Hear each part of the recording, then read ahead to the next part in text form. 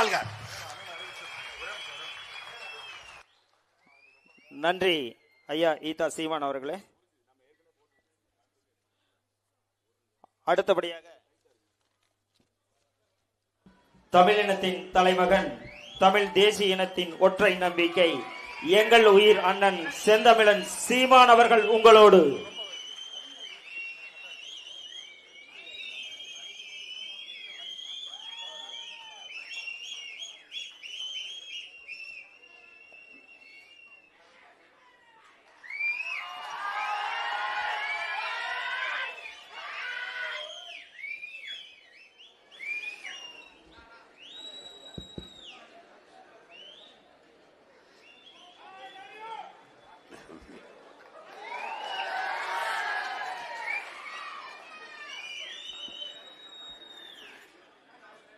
எங்களின் உயிரோடும் உணர்வோடும் கலந்து வாழுகின்ற அன்பு உறவுகள் அனைவருக்கும் வணக்கம்.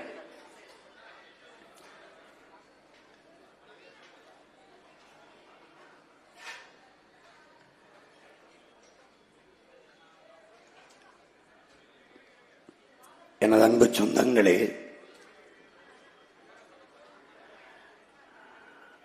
உணர்வை அறிவு வெல்வது இயல்பு. ஆனால் உணர்வை அறிவு வெல்வதுதான் உயர்வு. இந்த இடத்தில் என் அன்பு சொந்தங்கள் இந்த தேர்தலை ஒரு வழக்கமான, இதுவரை ஒவ்வொரு 5 ஆண்டுக்கு ஒரு முறை நாம் எதிர்கொள்கிற ஒரு தேர்தலை போல எளிதாக கடந்து போகக்கூடாது என்று உங்கள் அன்பு பிள்ளைகள் அன்போடு வேண்டுகிறோம். 60 ஆண்டுகளாக 2 பெரும் திராவிட கட்சிகள், திமுக அதிமுக, மாறி மாறி நம்மை ஆட்சி செய்திருக்கிறார்கள். தேர்தல் பல, ஆட்சியின் மாறுதல் பல. ஆனால் ஆட்சி முறையில் என்ன மாற்றம் வந்திருக்கிறது, மக்களின் வாழ்க்கை முறையில் என்ன முன்னேற்றம் வந்திருக்கிறது என்பதை அறிவில் சிறந்த எனது சொந்தங்கள், ஆன்றோரும் சான்றோரும் நிறைந்த என் இன மக்கள், கற்றறிந்த பெருமக்கள், கற்றுக்கொண்டிருக்கிற என் தம்பி தங்கைகள் எல்லோரும் ஆழ்ந்தறிந்து ஒரு முடிவு எடுக்க வேண்டும். தமிழ்நாட்டு தேர்தல் என்றால் அப்போது இந்த இந்திய கட்சிகளான பாரதிய ஜனதா, காங்கிரஸ், திமுக, அதிமுக இந்த கட்சிகளின் பின்னாடி நின்று கொண்டுகிறது. இந்திய தேர்தல், இந்திய ஒன்றியத்தை யார் ஆட்சி செய்கிறது என்ற தேர்தல் வருகிற போது இந்த திராவிட கட்சிகள், பாரதிய ஜனதா, காங்கிரஸ் ஏதாவது ஒரு கட்சியின் பின்னாடி நின்று கொண்டுள்ளது. இதிலே தமிழர் நாட்டில் இருக்கிற பிரச்சனைகள், தமிழ்நாட்டு மக்கள், என் இன சொந்தங்கள் எதிர்கொள்கிற பிரச்சனைகள், இதையெல்லாம் தந்தது யார்? கணக்கில்லாத இந்த சிக்கல்களை என் மக்களுக்கு கையளித்தது யார்? தமிழ்நாட்டின் முதல்வர் மாண்புமிகு ஐயா ஸ்டாலின் அவர்கள் சட்டசபையிலே பேசினது இருக்கிறது. கடந்த 3 ஆண்டுகளில் 1 லட்சம் போராட்டங்களுக்கு நாங்கள் அனுமதி கொடுத்திருக்கிறோம் என்று பேசுகிறார்கள். இது பெருமைக்குரிய செயல்தானா, இல்லை ஒரு கொடுமையான செயலா என்பதை என் உயிருக்கினிய சொந்தங்கள் எண்ணி பார்க்கணும். 1 லட்சம் போராட்டங்களை என்றால் 1 லட்சம் பிரச்சனைகளை மக்களுக்கு கையளித்திருக்கிறது அரசு என்று பொருள். அப்போ இத்தனை பிரச்சனைகளை தந்தவர்கள் என் அன்பு சொந்தங்களிடத்திலே உங்கள் மகன், உங்கள் உடன் பிறந்தவன் கேட்க நினைக்கிற கேள்வி, எல்லா பிரச்சனைகளுக்கும் போராடுகிறோம். ஆசிரியர்கள், மருத்துவர்கள், செவிலியர்கள், உழவர் குடிமக்கள், போக்குவரத்து தொழிலாளர்கள், துப்புரவு பணியாளர்கள், மகளிர் சுய உதவி குழுக்கள், வேளாண்குடி மக்கள், சிப்காட்டுக்கு தொழிற்சாலைக்கு நிலத்தை பறிக்கிறான், நீண்ட காலமாக வாழ்ந்த வாழ்விடத்தை இடிக்கிறான், எல்லாத்துக்கும் எதில் நின்று போராடுகிறோம். ஒரே ஒரு கேள்விதான் என் அன்பு சொந்தங்களை பார்த்து நான் எழுப்ப நினைக்கிற கேள்வி, எல்லா பிரச்சனைக்கும் நம்ம வீதியில் வந்து நின்று போராடுறமே, கோவப்படுறமே, கொந்தளிக்கிறமே, குமுறுகிறமே, கதறுகிறமே, கண்ணீர் வடிக்கிறமே, அப்புறம் எப்படி இந்த பிரச்சனைகளை தந்தவர்களே திரும்ப திரும்ப அதிகாரத்துக்கு வருகிறார்கள்? இதுதான் எப்படி வருகிறார்கள்? எல்லாரும் சொல்லுகிறார்கள், ஒரே ஊழல், லஞ்சம், சகிக்க முடியலங்கிறாங்க.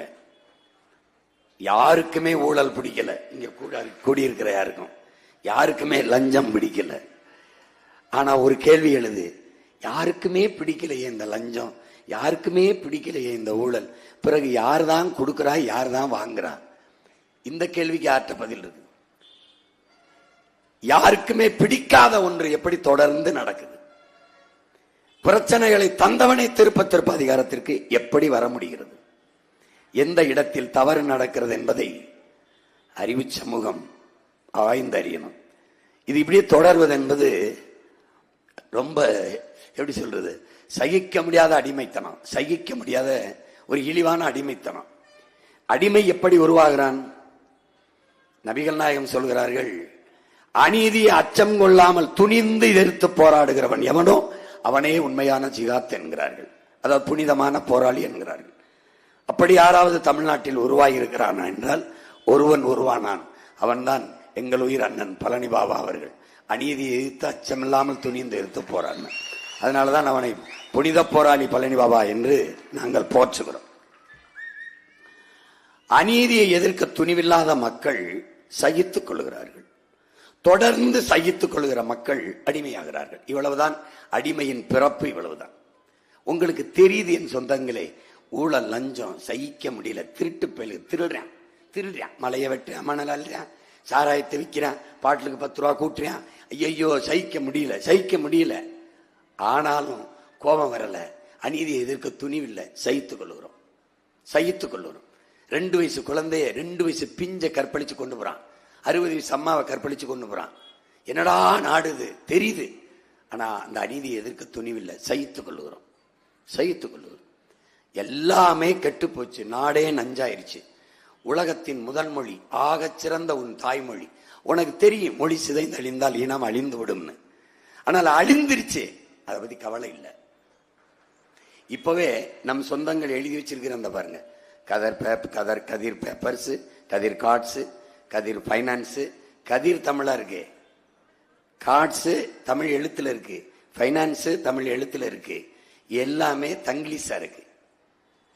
இது எப்படின்னா, இறைமகன் இயேசு சிலுவையில் அறையும் போது ஆண்டவர்கிட்ட அவருடைய தந்தையே, இவர்கள் பாவம், என்ன செய்யறனே தெரியாம செஞ்சு கொண்டிருக்கிறார்கள், என்ன நடக்குதுன்னே தெரியாம என் மக்கள் தன் தாய்மொழி சிதைந்து அழிவதை பற்றி கவலை இல்லை, தன் நிலத்தின் வளம் களவுவதை பற்றி கவலை இல்லை, தன் நீர் நஞ்சாயை பற்றி கவலை இல்லை, காற்று நாசமாயி மூச்சு காற்று கந்தகத்தூளா கரித்தூளாக போயிடுச்சு, ஒரு கந்தக தூசியை சுவாசிக்கிறோம், அதை பற்றி கவலை இல்லை, எதை பற்றியுமே கவலை இல்லை. ஓட்டுக்கு காசு கொடுக்கிறானா, 1000 2000 தர்றானா, இலவசம் ஏதாவது சொல்றானா, யார் அதிகமா காசு கொடுக்கிறானோ அவனுக்கு ஓட்ட போடுறதுன்னு ஒரு முடிவு எடுத்துட்டா, இது எப்படி ஒரு அறிவார்ந்த சமூகமாக இருக்க முடியும்? இது எப்படி தெரியுது? ஒரு பணத்தை கொடுத்து வாக்கை பறிக்கிற இடத்தில் மாண்புமிக்க ஜனநாயகம் செத்து விழுந்து கேடுகட்ட பணநாயகம் பிறந்து விடுது என்பது எல்லோருக்கும் தெரியுது. ஆனாலும் அதை தொடர்ந்து அந்த தவறு நடக்கிறது. இதில் என்ன கொடுமை என்றால், அறிவை வளர்க்கும் ஆசிரியர் பெருமக்கள் வீதியில் நிற்கிறாங்க. அவங்க பிரச்சனை இன்னைக்கு நேரத்தில் 1/4 நூற்றாண்டாக நடக்குது. மாறி மாறி ஆட்சிக்கு வருகிறவர்கள் எதிர்க்கட்சியா இருக்கும்போது வாக்குறுதி கொடுக்கிறார்கள், ஆளுங்கட்சியா இருந்தோன்னா அதை நிறைவேற்ற தவறியிருக்கிறார்கள். ஆனால் மருத்துவர்கள், கற்றறிந்த பெருமக்கள், உழவர் குடிமக்கள், எத்தனை கோடி உழவர்கள், எல்லாருமே உழவர் குடிமக்கள் தான். ஆனால் எல்லாருமே வீதியில் வந்து போடுறார்கள். வேர்வை சிந்தி நான் விளைய வச்ச நெல்லை ஒரு அகவிலையை உரிய விலையை கொடுத்து கொள்முதல் செய்து ஒரு சேமிப்பு கிடங்கில் சேமித்து வைக்க முடியாதா என்று வீதியில போட்டு இப்படி முளைக்க வைக்கிறீர்களே என்று வேர்வை சிந்தி விளைய வைத்தவன் கண்ணீர் சிந்தி வீதியில் நின்று போராடுகிறான். பார்க்கிற எல்லாருக்கும் கோபம் வருகிறது. ஆனாலும் இத்தனை கோடி உழவர்கள் இருக்கும்போது எப்படி இந்த அக்கிரமக்காரர்கள், இந்த அநீதிக்காரர்கள், இந்த கேடுகட்ட, முறைகட்ட, தரங்கட்ட ஆட்சியை செய்கிற ஆட்சியாளர்கள் எப்படி ஆட்சிக்கு வர முடியுது? அப்ப யாரு மேல தவறு இருக்கிறது? இதைத்தான் ஆபிரகாம் லிங்கன் சொல்லுகிறான். ஒரு ஆட்சியாளன், ஒரு ஆட்சி மோசமாக நடக்கிறது, ஒரு ஆட்சியாளன் தவறான ஆட்சி செய்கிறான் என்றால் அதற்கு அவன் மட்டும் பொறுப்பல்ல, அவனை தேர்வு செய்த மக்களும் பொறுப்பு என்கிறார். அப்ப நம் தவறான ஆட்சியாளர்கள், இன்னைக்கு ஐயா ஸ்டாலினுடைய ஆட்சி தவறு என்று நீங்க சொல்வீர்களானால் அந்த தவறுக்கு பொறுப்பு ஏற்க வேண்டியது நாம் தான்.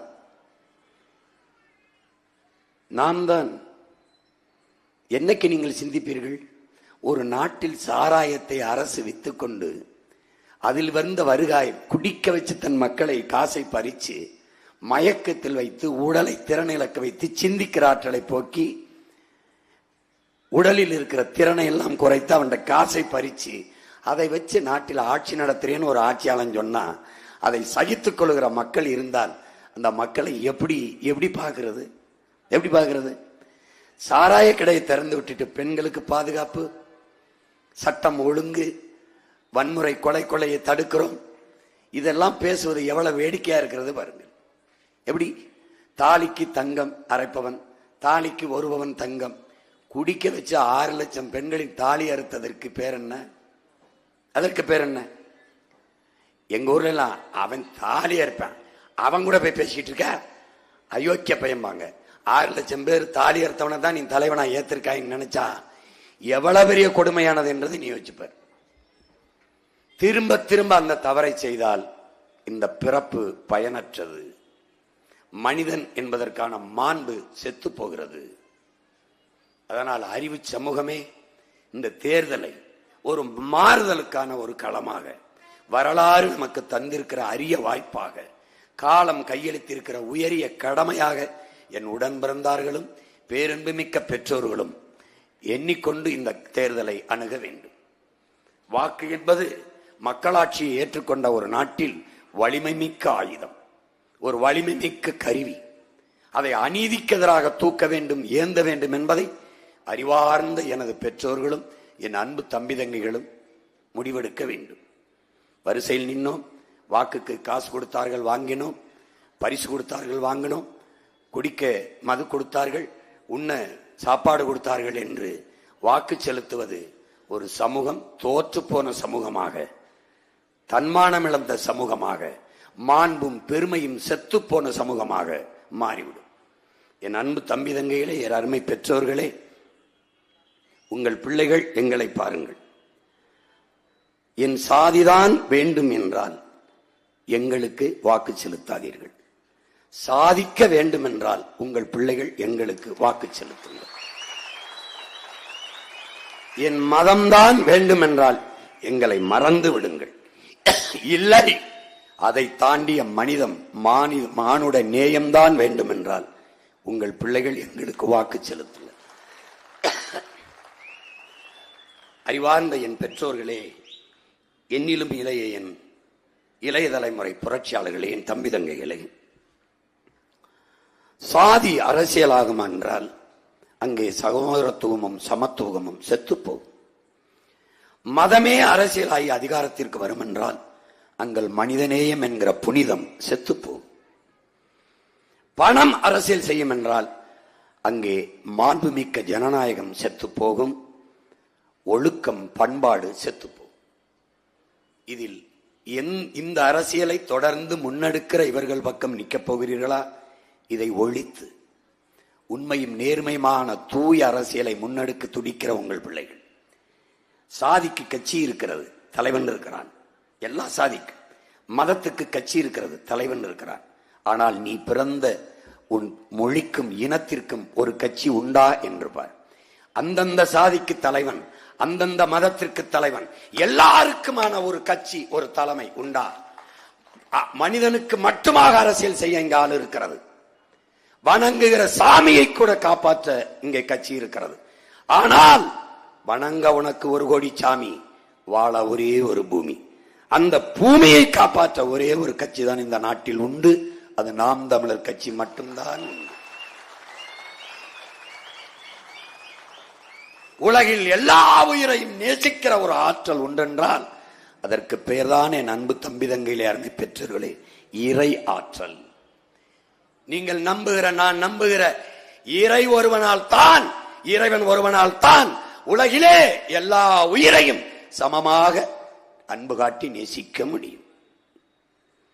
அப்படி எல்லா சமயத்தவர், எல்லா மக்கள், எல்லா சாதி, எல்லா மதம், மரம், செடி, கொடி, புல்லு, பூண்டு, காடு, மேடு, நாய், நரி எல்லாவற்றையும் கடிச்சு தொந்தரவு செய்யும் கொசுக்கு கூட அதுக்கும் உயிருக்கு என்று அரசியல் செய்ய முடியும் என்றால், ஒரு நேசித்து ஒரு அரசியல் இயக்கம் இருக்கின்றால் அதுதான் இறைவனுக்கு செய்கிற அரும்பெரும் தொண்டு.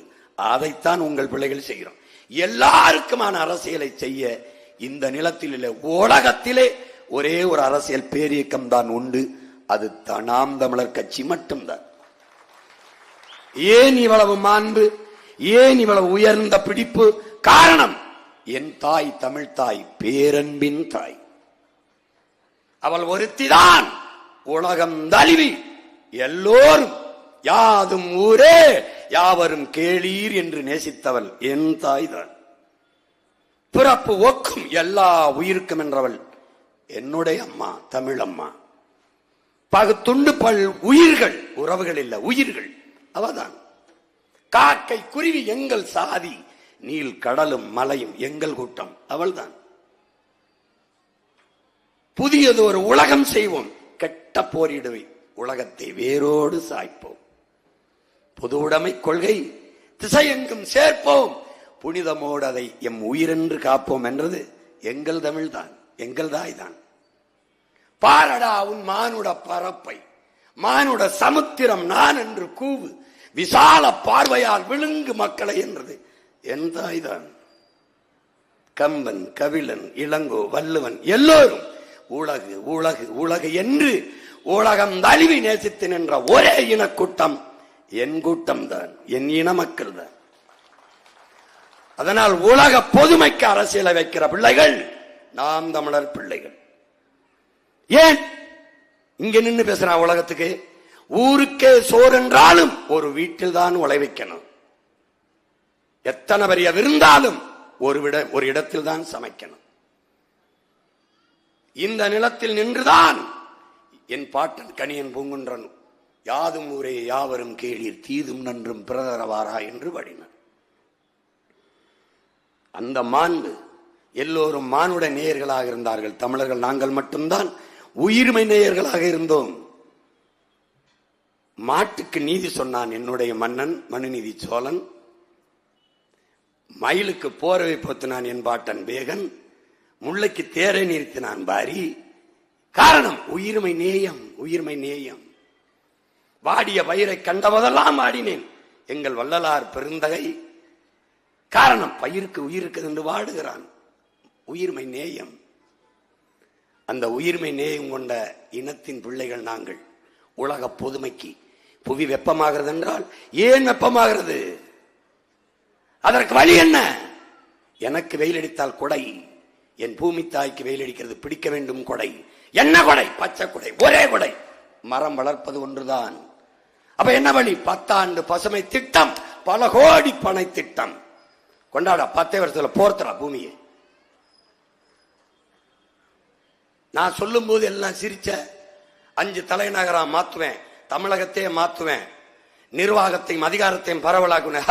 சீமான் இன்னைக்கு எங்க ஐயா ஸ்டாலின் ஐயா தலை எடுத்துட்டாரு, தலைநகரத்தை தலை எடுத்துட்டு 5 நகரங்களை உருவாக்குவேன். நான் தான் பல தடவை சொன்னேன், என் கட்சியில தான் என் எச்சில தான் பல பேர் கட்சி நடத்துவாங்க. நீ நம்பல?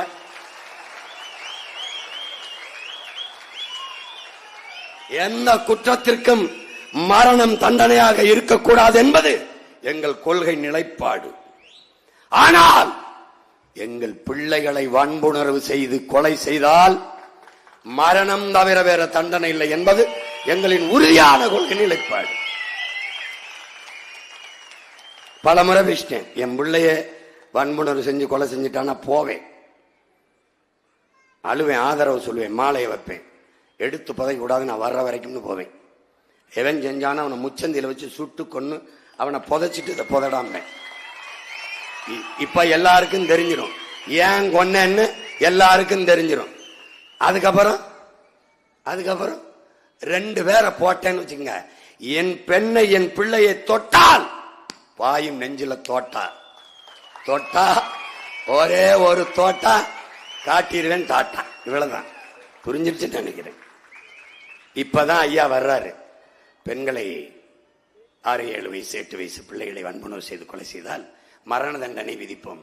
5 வருஷத்துல நிறைய பெண்களை கொண்டு விட்டு போயிட்டான். இப்பதான் ஏன் பின்னாடி சீமான் சொல்றான், அதுக்கு இப்ப கைதற்றியில் அதை பாக்குறாங்கல்ல, ஏன் அவன் சொல்லும் போது கைதட்டு விழுகுங்க, அப்ப நாமளும் சொல்லிடுவோம். 5 தலைநகரத்தை பிரிக்கிறேன்னு எல்லாரும் அருமையானது, நிர்வாகத்தையும் அதிகாரத்தையும் பரவலாக்க நினைக்கிறார். அப்பதான் ஒரு நாட்டின் வளர்ச்சி சரியாக இருக்கும், சமவிகிதத்தில் இருக்கும்னு சொல்றாரு. அப்ப நாமளும் அறிவிச்சிருவோம். தலைநகரம் சொன்னா ஒரு மாதிரி இருக்கும், நகரம்னு போட்டுருவோம். இப்ப தாண்டாவிங்க பிள்ளைக்கு தமிழ்ல பேர வைக்கிறதுக்கு வராங்க. ஐயோ ஐயோ, என்ன பெத்த அம்மா. மாத்தணும், சரி செய்யணும். யாருக்கிட்ட நாடு இருக்கணும்? பேரன்பு கொண்டு எவன் தன் மண்ணையும் மக்களையும் காதலிக்கிறானோ, எவன் தன் காட்டையும் மலையையும் ஆறையும் அருவியையும் தன் பூச்சியும் வண்டையும் நேசிக்கிறானோ அவன் கையில நாடு இருக்கணும். அப்பதான் இந்த நாடு நாடா இருக்கும். இல்லைன்னா என்ன இருக்கும்? சுடுகாடா இருக்கும். அவ்வளவுதான். இது அறிவு சமூகம். எங்கள் கனவை, என் கனவுனா என் கனவு ஒன்றும் இல்லை, பல ஆயிரம் ஆண்டுகளா என் முன்னவர்கள் தூக்கி சுமந்து வந்த கனவு.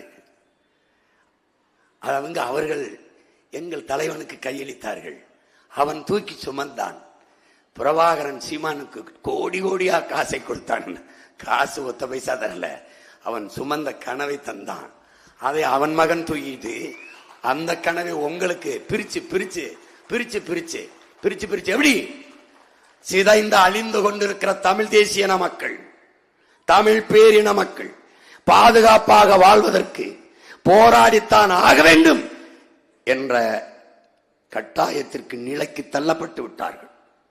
இந்த வரலாற்றின் பேர் அழைப்பில் இருந்து, பெரும் பணியில் இருந்து தமிழ் இளம் தலைமுறையினர் விலகிச் செல்ல முடியாது.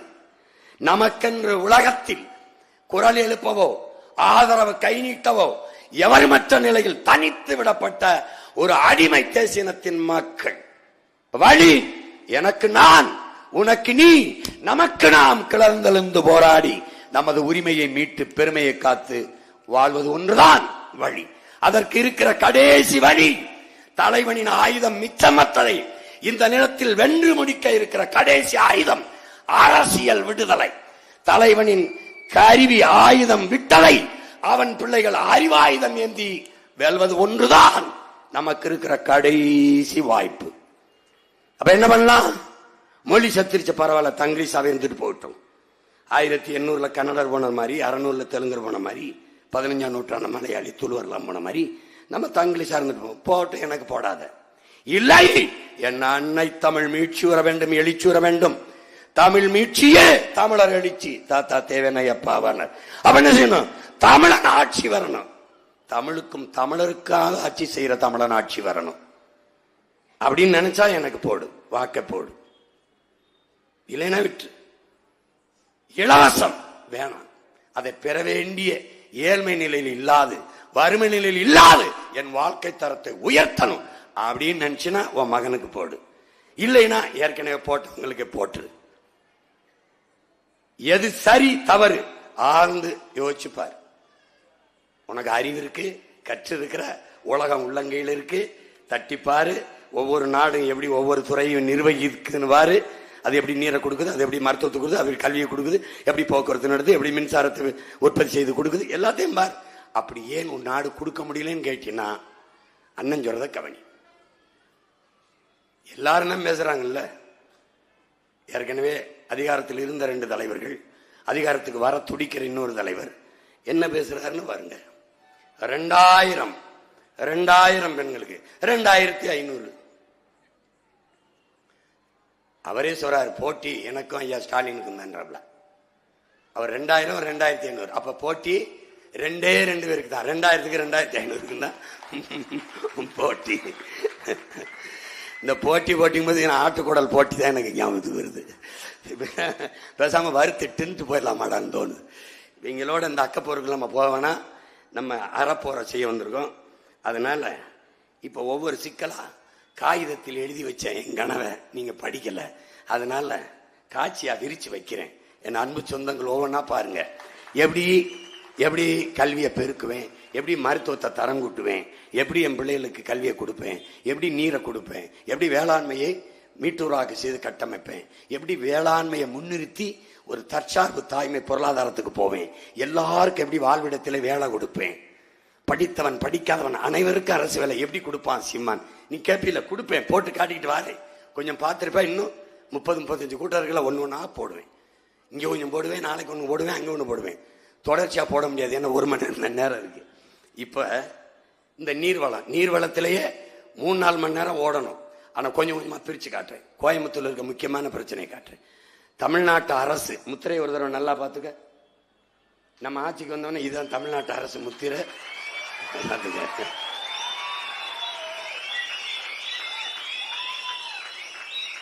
டேய், கோயிலும் கோபுரம் அல்லடா நம்ம அடையாளம். வள்ளுவன் தன்னை உலகினுக்கே தந்து வான்புகள் கொண்ட தமிழ்நாடுங்கிறான். அவன் நம்ம அடையாளம். கிறிஸ்தவர்களுக்கான புனித நூல் பைபிள், இஸ்லாமிய மக்களுக்கான புனித நூல் குரான், இந்து மக்களுக்கான புனித நூல் பகவத்கீதை, எல்லாருக்குமான ஒரு புனித நூலை தந்தவன் நம் பாட்டன் தான். நம் பாட்டன். என்ன கொடுமை! பைபிள் கிறிஸ்தவர்கள் வீட்டில், குரான் இஸ்லாமியர்கள் வீட்டில், பகவத்கீதை இந்துக்கள் வீட்டில், உன்னுடைய வேதம் நூலகத்தில். உண்மையில் புரியுதா? நம்முடைய தாத்தா தனித்தமிழ் அடிகளார் மறைமலை அடிகள் தமிழனுக்கு வேதம் திருக்குறளா தானடா இருந்திருக்கணும்னு ஆதங்கப்பட்டார். இப்ப நான் என்ன பண்ணுவேன், பிள்ளை வந்தோடனே அவன் தான் என் அடையாளம்.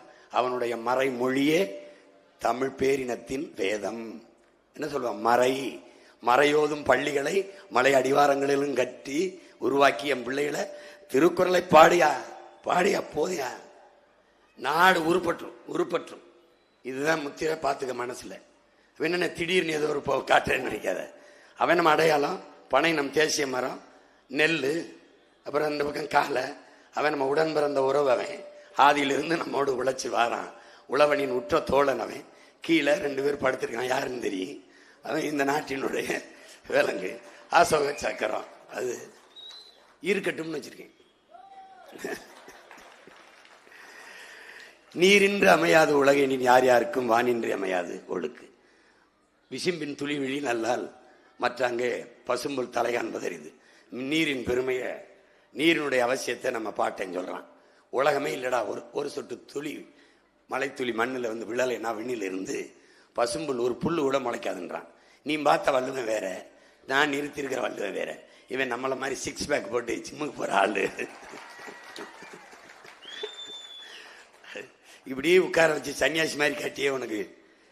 இப்ப பாரு, அவன் முறுக்கேறி நிக்கிறான் பாரு. மணி நீரும் மண்ணும் மலையும் அணிநிழற் காடும் உடையதாரன் எல்லாம் படிட்டாரு. இப்ப மணி நீரும் இல்ல, உனக்கு மண்ணும் இல்ல, மலையும் இல்ல, அணிநிழற் காடும் இல்ல. அதையெல்லாம் காப்பாத்தனு வந்திருக்கேன். ஓம்பு இல்ல, பார்த்துக்கிட்டு போடு ஓட்ட. இப்ப சூழியல் எழுத்தாளர் ஐயா நக்கீரன், அவர் எழுத்துக்களை நீங்க படிக்கணும். என் அன்பு பிள்ளைகள், தமிழ் இனத்திற்கு கிடைத்த அரிய பெரிய சொத்துகளில் ஐயா நக்கீரனும் ஒருவர். அவர் உங்க கோயம்புத்தூர்ல தான் இருக்காரு. அவருடைய 6 கால் மனிதர்கள் எறும்பு படிக்கணும், கட்டாயம் படிக்கணும். மறை நீர் படிக்கணும். இந்த சூழியல் எழுத்தாளர் ஐயா எழுதிய நீர் எழுத்த அவசியம் படிக்கணும். அவர் நீங்க படிக்கணும். அதுக்காக ஏன் படிக்கணுங்கிறதுக்கு ஒரு முன்னோட்டம் உங்களுக்கு புரியுற மொழியில சொல்ல ஒரு ட்ரெய்லர். இவன் இந்த சிறுவன் ஒரு பேராசக்காரன். இவன் வந்து நேபாள ஒரு சிறுவை. இவனுடைய ஒரு கதை. கம்பளி போர்வை விற்கிற ஒருத்தன் இந்த மாதிரி இந்த மாட்டில் வச்சுக்கிட்டு கம்பளியை ஊர் கொண்டு போகும்போது அன்னைக்கு பெரும் வெள்ளத்தில் அடிச்சு விழுந்துருது. மாடு செத்து போயிருது. செத்து போனோடனே அவன் போய் அரசன்ட்ட முறையிடுறான். என் ஆறு, உன் நாட்டில் இருக்க ஆறு என் மாட்டை போர்வையெல்லாம் கொண்டு வச்சு இப்போ நான் இழந்துட்டேன், என்ன எப்படி பிழைக்கிறது? இப்போதுக்கு என்னப்பா செய்யணுன்ற? நீ ஏதாவது ஈடா கொடு, நான் அப்படி இழந்துட்டேனே, இப்போ நான் எங்கே போவேன்? உன் நாட்டில் நான் எப்படி வாழ்வேன் அப்படின்னு முறையிடுறான் பாரு.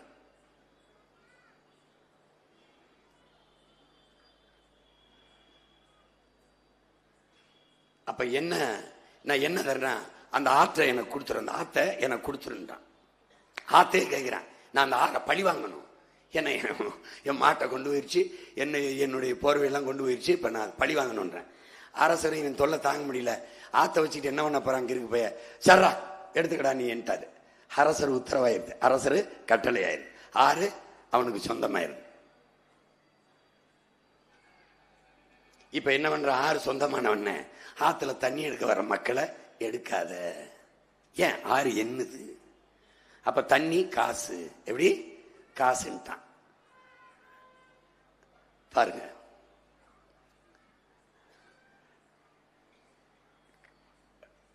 விற்கிறான் நெல்லுக்கு காசுக்கு, அதை கீழா பொருளை வாங்குறான். இப்ப ஆத்து கரையில் இருக்கிற மரங்களை பூரா வெட்டி விற்கிறான். யார் கேட்கறது? யார் கேட்கறது? மன்னர் உத்தரவு, மன்னர் கொடுத்துட்டாரு, ஒன்றும் பண்ண முடியாது. வெட்டி வித்துட்டான், மணல் அள்ளி விற்கிறான். இது கதைன்னு நினைக்கிற பாரு. மலையை வெட்டி விற்கிறான், எல்லா விலங்குகளையும் கொண்டு வரான், வித்து தின்னுறான், அவன் எல்லாம் அழிச்சு போறான். அழிச்சு விட்டு பெரிய மாளிகையை அந்த ஆத்து கரவோரத்தில் கட்டி வாழ்றான். கடைசியா என்ன ஆயிருது? ஒரு பெரும் வெள்ளம் வந்து எல்லாத்தையும் அடிச்சு இழுத்துட்டு போய் மாளிகையெல்லாம் செறிஞ்சு அவனும் செத்து போறான். இது எப்படி ஆரம்பிக்கிறாருன்னா, இது நேபாளில இருந்து ஒரு நாடோடி கதை. இந்த கதை எங்கேயாவது நடக்குமா அப்படின்னு நீங்க நினைக்கிறீங்க. இந்த கதை பொலிவியால இங்க பாருங்க. இது என்னன்னா, உங்களுக்கு தெரியும், மழை இல்லை என்றால் மழை இல்லை, மழை இல்லை என்றால் நீர் இல்லை, நீர் இல்லை என்றால் வளம் இல்லை, வளம் இல்லை என்றால் நிலம் இல்லை, எதுவுமே இல்லை. அதை உணர்த்துறதுக்கு இது போடுது. இப்போ நிலம் வளம் இல்லை என்றால் எதுவுமே இல்லை. வரப்போகிற நீர் உயரும், நீர் உயர நெல் உயரும் தெரியும். நீங்க அறிவு மூதாட்டி அவை நமக்கு பாடி வச்சது. மோசிக்கிறனார் என்ன சொல்றாரு? நீரும் உயிரென்றே, நெல்லும் உயிரென்றே, மன்னன் உயிர்த்தே மலர்தலை உலகம்ங்கிறார். நீர் உயிர் தான், நெல் உயிர் தான். ஆனா அது ரெண்டும் உயிரா பயன்படாது. எப்போ ஒரு நல்ல மன்னன் இந்த ஆட்சி செய்யலைன்னா அது உயிர் என்றோ அது அருமையே தெரியாம போயிடும். இப்ப நமக்கு தெரியல, இப்ப நமக்கு தெரியல. நெல்லு தெருவில் கிடந்து முளைக்குது, தண்ணியை உறிஞ்சி விற்கிறான். தண்ணீரின் அருமையும் தெரியல உனக்கு, நெல்லின் அருமையும் தெரியல. அப்ப நீரும் உயிரென்று நெல்லும் உயிரென்றே, மன்னன் உயிர்த்தே மலர்தலை உலகம். நல்ல ஒரு அமைச்சு, நல்ல ஒரு அரசன், நல்ல ஒருத்தன் இருந்த ஆட்சி செய்யவில்லை என்றால் நீரும் அருமை தெரியாது, நெல்லின் அருமையும் தெரியாது. அதுதான் அவன் பாடியிருக்கான்.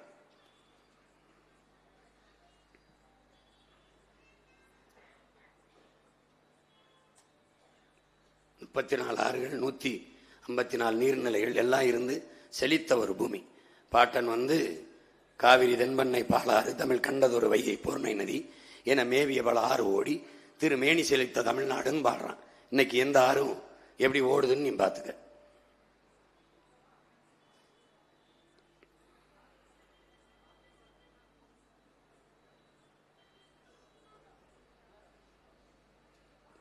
வடகிழக்கு தென்மேற்கு பருவமழைன்னு பெய்து நாடு செழித்து கொண்டிருந்தது. எந்த குறையும் இல்லாத வாழ்ந்த ஒரு இனத்தின் மக்கள். ஏரி, குளம், குட்டை, கம்மாய், தான்கள், ஊரணி, 46,000 மேற்பட்ட நீர்நிலைகள் தமிழ்நாட்டில் இருந்திருக்கு. இப்ப எல்லாம் ஆக்கிரமிச்சு தின்னது போக பாருங்க. 1960 150 லட்சம் குறுக்கம் விவசாயம் பண்ணியிருக்கோம். இப்ப 30 லட்சம் குறுக்கம் குறைஞ்சு போய் 120 லட்சம் குறுக்கம் மட்டுமே பயன்பாட்டில் இருக்கு. ஆண்டுதோறும் சராசரி 4300 டிஎம்சி நமக்கு தண்ணி வருது, கிடைக்குது. ஆனால் நம்ம அதில் 2000 தான் பயன்படுத்துகிறோம், மீதியை கடலில் விட்டுறோம். ஆனால் நம்ம 150 டிஎம்சிக்கு தான் பக்கத்து மாநிலங்களில் கையேந்துறோம். இப்போ உங்கள் பிள்ளைகள் நாம என்ன பண்ணுறோம், அதில் நமக்கு வேண்டிய ஒரு 500 டிஎம்சியை நம்ம தேக்கிட்டோம்னா கூட அடுத்த மாநிலங்களில் கையேந்தாமல் தண்ணீரின் தேவையில் நம்ம தண்ணீரைவா அடைஞ்சிடலாம்.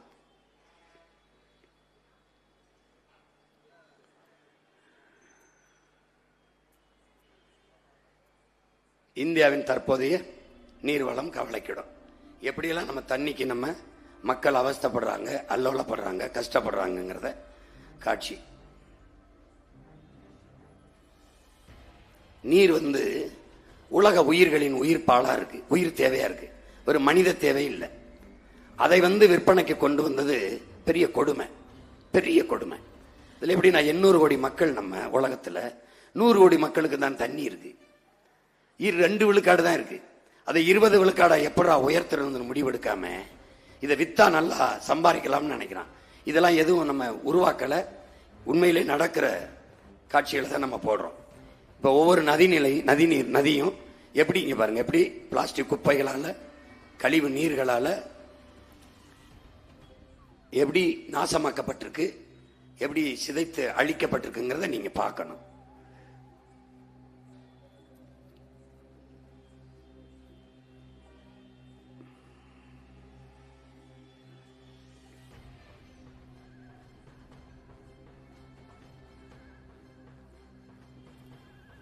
ஏன்னா நம்ம பேசும்போது உலகத்தில் எங்கேயுமே நடக்காததை சீமான் சொல்றான், கற்பனையில பேசிட்டு இருப்பான், ஏதாவது சொல்லி விடுவான்.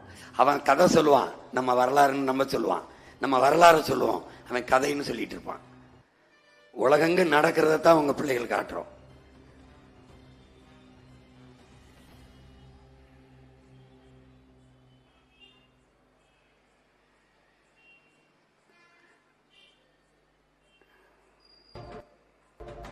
ஆய்வுகளின்படி தமிழ்நாட்டில் நிலத்தடி நீர்மட்டம் கடுமையாக குறைந்துள்ளது. தமிழ்நாட்டில் மொத்தம் 9 மாவட்டங்கள் அதிகடுமையான சுரண்டல் பிரிவில் வகைப்படுத்தப்பட்டுள்ளன. இதற்குள் செல்லும் நீரை விட எடுக்கப்படும் நீரின் அளவு மிக அதிகம். சேலம், திருப்பத்தூர், வேலூர், சென்னை, திண்டுக்கல், மயிலாடுதுறை, நாமக்கல், கரூர், தஞ்சாவூர் ஆகிய மாவட்டங்கள் இந்த சிவப்பு பட்டியலில் உள்ளன. 22.61 BCM ஆக உள்ளது. ஆனால் இதில் கணிசமான அளவு ஏற்கனவே பயன்படுத்தப்பட்டு வருகிறது. கிருஷ்ணகிரி, கோயம்புத்தூர் ஆகிய மாவட்டங்கள் 90 விழுக்காடு முதல் 100 விழுக்காடு வரை நிலத்தடி நீரை உறிஞ்சி மிக நெருக்கடியான நிலையில் உள்ளன.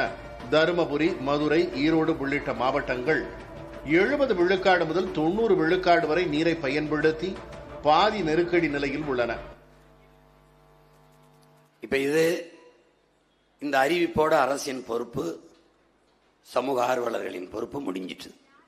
உங்களுக்கு தெரியும், பெருந்துறையில் சிப்காட் தொழிற்சாலை இருக்கிறதுக்கு பக்கத்தில் 26 கிலோமீட்டருக்கு தண்ணீர் எடுத்து குடிக்காதீங்க, நீர் நஞ்சாயிருச்சு, அதில் யுரேனியம் கலந்துருச்சுங்கிறான்.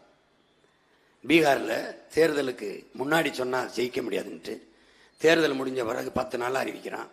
10 மாவட்டங்களில் நிலத்தில் நீர் யுரேனியம் கலந்துருச்சு, அதை குடிக்கிறதுனால தாய்ப்பால் நஞ்சாகி பிறக்கிற குழந்தைகள் குறையோடு பிறக்குது என்று சொல்லிட்டு போயிட்டான். அவ்வளவுதான் அவனுடைய கடமை, அரசின் கடமை. இப்ப இதையே அரசு அறிவிக்குது. 9 மாவட்டம், 10 மாவட்டம், இப்படி 16 மாநிலங்களில் நிலத்தடி நீர் யுரேனிய செறிவு அதிகம், யுரேனியம் கலந்துருச்சுங்களா. உங்களுக்கு தெரியும், நம்ம எங்கெங்க மீத்தேன் ஈத்தேன் எடுக்கிறோமோ, எங்கெங்க ஸ்டெர்லைட் இருக்கோ, எங்கெங்க அணுவுலை இருக்கோ, எங்கெங்க நெய்வேலி பழுப்பு நிலக்கரி இருக்குது, எங்கெங்க பெட்ரோலியம் எடுக்கிறோம், எங்கெங்க இந்த சிப்காட் தொழிற்சாலை இருக்கு, அங்கெல்லாம் நிலத்தடி நீர். இவன் சரியா சொல்றான், பெருந்துறையில் 26 கிலோமீட்டருக்கு இந்த தொழிற்சாலை இருக்கிற இடத்துல இருந்து நீரை எடுத்து குடிக்காதீங்கன்னு. இந்த நாட்டில் ஒரே ஒரு மகன், உங்க உடன் பிறந்தவன் தான் கேட்டேன், இப்ப 27வது கிலோமீட்டர்ல எடுத்து குடிக்கலாமான்னு. இந்த 26 கிலோமீட்டர்ல தான் யுரேனியம் கலந்துருக்குன்னு எப்படி கண்டுபிடிச்ச? எப்படி கண்டுபிடிச்ச? எடுத்து குடிச்சு பார்த்தியா? ஆய்வு செஞ்ச? சும்மா சொல்லிவிடுறான். அப்போ நீ எப்படி என்ன வச்சுட்டு போப்பாரு அவன் பிள்ளைக்கு? குடிக்க தண்ணி இல்லை, சுவாசிக்க காற்று இல்லை, கந்தக தூசி, சாப்பிட விஷமில்லாத உணவு இல்லை. இப்ப எதை விட்டு போற? கோடி கோடியா பணமா, இல்ல காரா, இல்ல மாளிகையா? குடிக்க தண்ணி இல்லை. என் உடன் பிறந்தவனே, என்னை பெற்றவர்களே, எந்த நாட்டிலும் காரும் செல்போனும் தொலைக்காட்சியும் குளிரூட்டியும் இல்லை என்று புரட்சி வந்ததில்லை. நீரும் சோறும் இல்லாத நாட்டில் புரட்சியும் போராட்டமும் வெடிக்காமல் இருந்ததில்லை. நீ பாரு, இன்னும் கொஞ்ச நாள்ல வெடிக்கும். அதுக்கு தலைமையேற்க உன் உடன் பிறந்தவன் மட்டும்தான் இருப்பேன், ஒருத்தனும் இருக்க மாட்டான் இந்த நாட்டில். ராஜஸ்தானில் 324 கிணறுகளில் யுரேனியம். பாதுகாப்பான குடிநீரில் லிட்டர் இந்த பாருங்க, ராஜஸ்தானில் 3 கிணற்றில் யுரேனியம் கலந்திருக்கு. நிலத்தடி நீரின் மட்டம் பெரிதும் குறைந்து வரும் மாநிலங்கள் ஒன்று பாரு. தமிழகம் 86.8 விழுக்காடு நிலத்தடி நீர் குறையுது. ஏன்? முதலாளிக்கு உறிஞ்சி வித்துக் கொள்ளலாம் கொடுத்த உரிமை. உறிஞ்சி விற்கிற அளவிற்கு சேமிப்பில்லைங்கிறதா இங்க இருக்கிற குற்றச்சாட்டு, யதார்த்த நிலை. நீ எங்க போய் நிக்கும்னு பாத்துக்க. எச்சரிச்சு உன் மகன்கிட்ட நாட்டை கொடுக்கல, நீ பாரு நீ பாரு நீ பாரு என்ன ஆக போற என்பார். நீ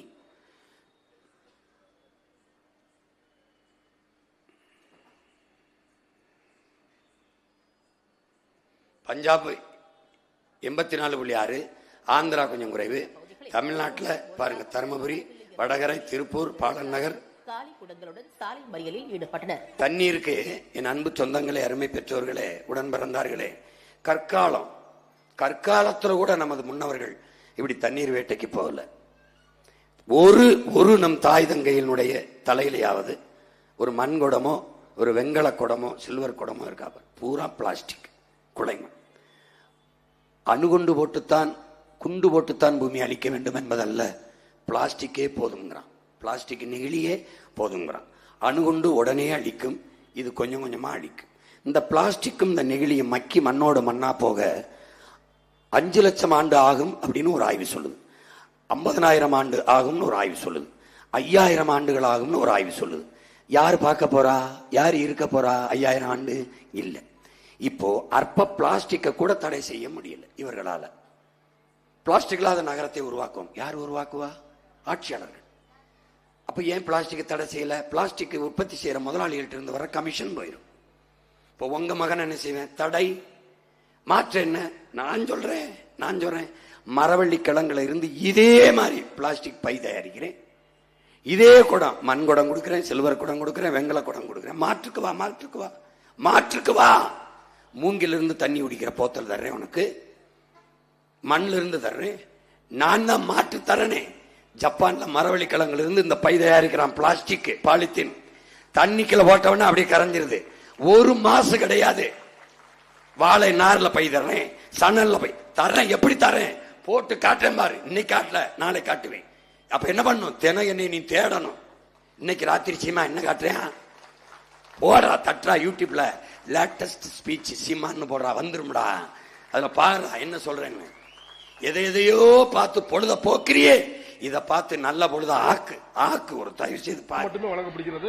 லாரி மூலம் வழங்கப்படும் குடிநீர் என்பது இவர்கள் இரவு நேரங்களில் வருவதாலும் நேரங்கட்ட நேரம் வருவதாலும் இவர்கள் தண்ணீர் வந்து பிடிப்பது ஒரு 3 முறை கூட தண்ணீர் கிடைப்பதில்லை என்பது இன்னைக்கு இந்த நிலைமை. இன்னும் 10 ஆண்டு கழிச்சு உன் பிள்ளைக்கு என்ன நிலைமைன்னு நீ வச்சுக்க. இன்னைக்கு போத்தல்ல வாங்கி குடிக்கிற, குடுவையில் வாங்கி குடிக்கிற. 10 ஆண்டு கழிச்சு உன் பிள்ளைக்கு குடிக்க தண்ணி இருக்குமா? இப்பவே குறைஞ்சு இல்லைன்றான். இல்லைன்னா என்ன? யாரையாவது கடிச்சு ரத்தம் தான் குடிக்கணும். அந்த நிலையில விட்டு போறியா? 3ஆம் உலக போர்ல கவிப்பேரரசு வைரமுத்து எழுதுகிறார். ஆதியில் மனிதன் காடுகளில் நம்ம வேட்டையாடி சாப்பிட்டோம். விலங்குகள் கிடைக்காத நேரங்கள்ல இறந்து போன மனித உடலை சுட்டு சாப்பிட்டோம். புரியுதா? சுட்டு சாப்பிட்டோம். அப்போ யாருக்கு அதிக பங்குன்னு பந்தயம், ஓட்ட பந்தயம். ஓட்டத்துல முதலில் வந்தவனுக்கே பிணத்தில் பெரும்பங்கு கிடைத்தது என்று எழுதியிருப்பார். அன்னைக்கு வழியே இல்லாம நரமாமிசம் திண்டோம். அந்த நிலை இப்போது வராது என்று சொல்வதற்கு இல்லைன்னு முடிக்கிறவள. நான் சொல்றது புரியுதா? நான் ஓட்ட கேட்டு நின்னா இதை ஏன் பேசுறேன்? நான் வீட்டுக்கு ஒரு ஹெலிகாப்டர் தாரேன், ஒவ்வொரு பெண்ணுக்கும் ஒரு தங்கம் தாரேன்னு சொல்லிட்டு போக முடியாதா? சொல்ல முடியாதா? யாரா என்னை கேட்க போறியாடா? யாராவது என் தம்பி தங்கச்சி எந்திரிச்சு நீ எப்படி ஹெலிகாப்டர் கொடுப்ப, நீ எப்படி 1 கிலோ தங்கம் யாரும் கேட்கிறியா? கேப்பியா? கேட்டு இருந்தீங்கன்னா தான் நாடு மாறி இருக்குமாடா. இப்படி நாறு மாறி போகாதே. நீ எப்படா 20 லட்சம் ரூபா கொடுப்ப, எப்படா 6 சிலிண்டர் கொடுப்ப, எப்படா இதெல்லாம் கொடுப்ப அப்படின்னு நீங்க கேட்கலையே. நான் 1 கிலோ தங்கம் தரேன்டா, ஒவ்வொரு அம்மாவுக்கும் தங்கச்சிக்கு அக்காவுக்கும் ஒவ்வொரு கிலோ, ஒவ்வொன்றுக்கு ஒவ்வொருத்தனும் ஒரு ஹெலிகாப்டர்லாம் மொட்டை மாடி உங்கள் வீட்டு வாசலே ஹெலிகாப்டர் நிறுத்துறதுக்கு இடம் தந்து கட்டினண்டா. எப்படி சிரிக்கிறான் தர மாட்டேன்னு. எப்படி தருவேன்னு கேளு, எப்படி தருவேன்னு கேளு. இவங்கெல்லாம் எப்படி தர்றாங்களோ அப்படிதான் நானும் தருவேன். எங்கிருந்து ஐயோ ஐயோ ஐயோ சக்கர்மம். அவரு பிரதான குற்றச்சாட்டாக இருக்கிறது. இன்னும் 3000த்திற்கும் மேற்பட்ட குடும்பங்கள் வசித்து வரும் நிலையில் தங்கள் பகுதியில் குடிநீர் விநியோகம் சீராக. இந்த கூட்டத்தில் ஒரு கூட்டம் தான் நம்மளு. அங்க நிக்கிறது யாருன்னு நினைக்கிற? எங்க ஆத்தா, என் தங்கச்சி, எங்க அம்மா, எங்க அப்பன். நீ அடுத்த வீட்டுக்குறை தன் வீட்டுக்குறை எரியாத வரை எவனும் நம்மள தண்ணி எடுத்துட்டு வர்றதில்லை. அடுத்த வீடு தானே எரியுது, நீ படுக்கிற விழுகிறது ஓ சாம்பலா தான் இருக்கும். அப்பா அடுத்த வீட்டு கூரை எரியும் போதே நீ எச்சரிச்சுக்கணும். இப்ப வீதியில உன் ஆத்தால அக்காவை நிக்கும் போதே நீ எந்திரிச்சுக்கணும். ஏன் அந்த நிலை உனக்கு வராதுன்னு நீ நம்பிக்கிட்டு இருக்க. அதுதான் ஏமாற்று, அதுதான் பைத்தியக்காரத்தனம். வாரத்திற்கு ஒருமுறை மட்டுமே தண்ணீர் விடப்படுவதாகவும் இது தொடர்பாக மாவட்ட ஆட்சியருக்கு பலமுறை புகார் மனு அளித்தோம். இதனிடையே சமரச பேச்சுவார்த்தை நடத்த வந்த காவல்துறையினரிடையே பொதுமக்கள் வாக்குவாதத்தில் ஈடுபட்டனர்.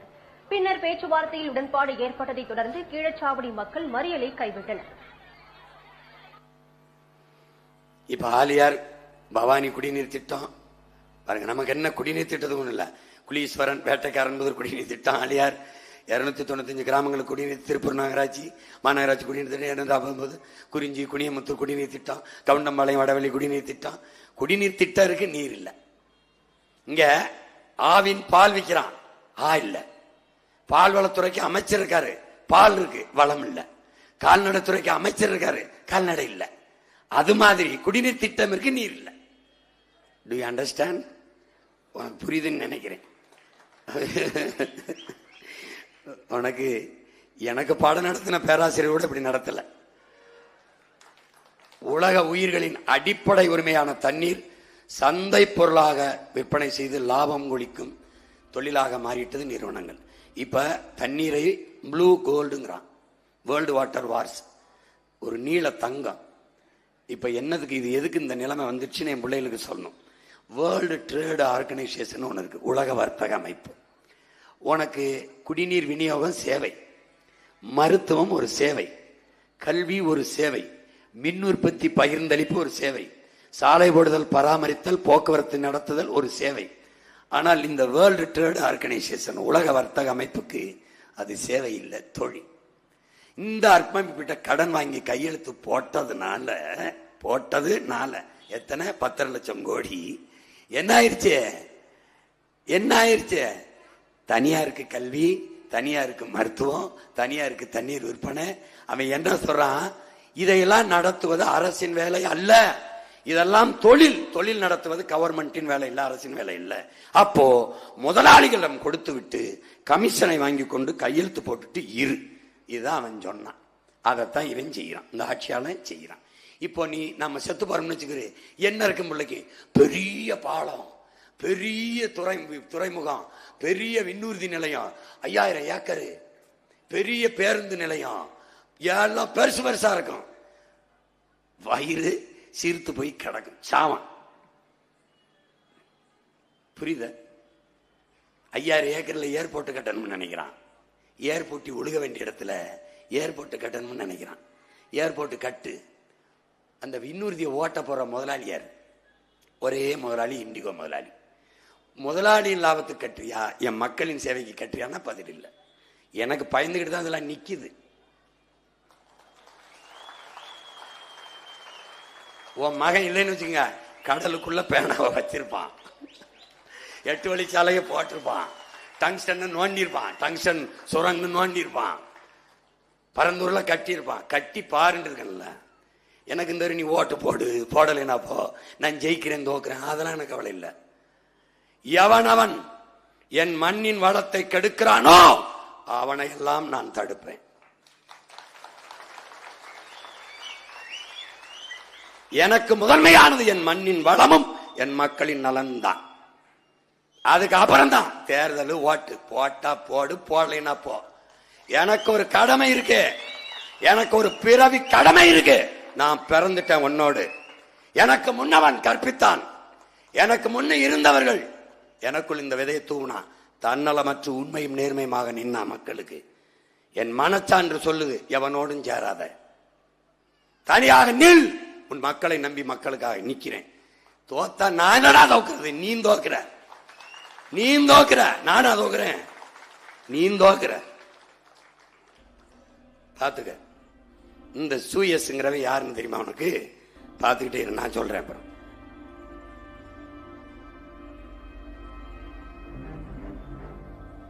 எந்தெந்த நாடுகள் எல்லாம் தண்ணீரை எடுத்து இவங்க வித்திருக்காங்க? Indonesia, Santiago, Geneva, Switzerland, New York, Chicago, Illinois. உனக்கு எல்லாம் தெரியுது, தெரியுது. பாரு எவ்வளவு நாடுகள்ல தண்ணீர் வேட்டையாடி இருக்கான்னு பாரு. பாத்துக்கிட்ட இனிமேதான் கதை இருக்கு.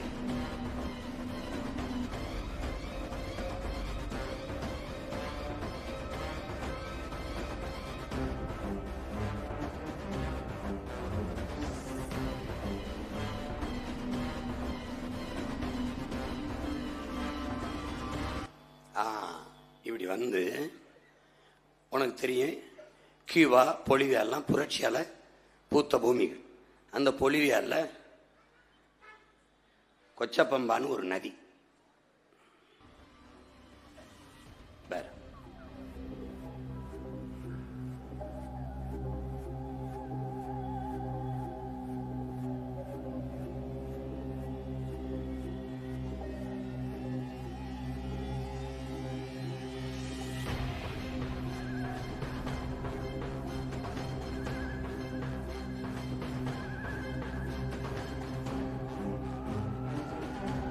உலகெங்கும் தண்ணீருக்கு படுற துயரத்தை உனக்கு காட்டுறேன். கொச்சப்பம்பான் பம்பான்னு ஒரு நதி பொலிவியால. இவன் என்ன பண்றான்? அந்த பொலிவியா உலக வங்கியில 250 கோடி கடனை வாங்கிடுறான். இப்ப நம்ம 10.5 லட்சம் கோடி, அவன் பரவாயில்ல, ஒரு 250 கோடிக்கு அந்த நிலைமை, 10.5 லட்சம் கோடிக்கு என்ன நிலைமைன்னு நீ பாத்துக்க. இவன் என்ன பண்றான்? அந்த கடனை வாங்கின பிறகு, கடனை வாங்கும்போது கையெழுத்திடும்போது அவன் ஒன்று சொல்றான், இந்த கொச்சப்பம்பா நதிய இந்த முதலாளிக்கு கொடுன்றான். அந்த நிறுவனத்தின் பேர் பெக்டன். இந்த பாரு, நல்லா கவனிச்சுக்கிட்டே வா. கொச்சப்பம்பா பொலிவியால. இவர் இது பொழுதுபோக்கு படம் இல்ல, கொஞ்சம் ஆழ்ந்து கவனி, புரியுதா?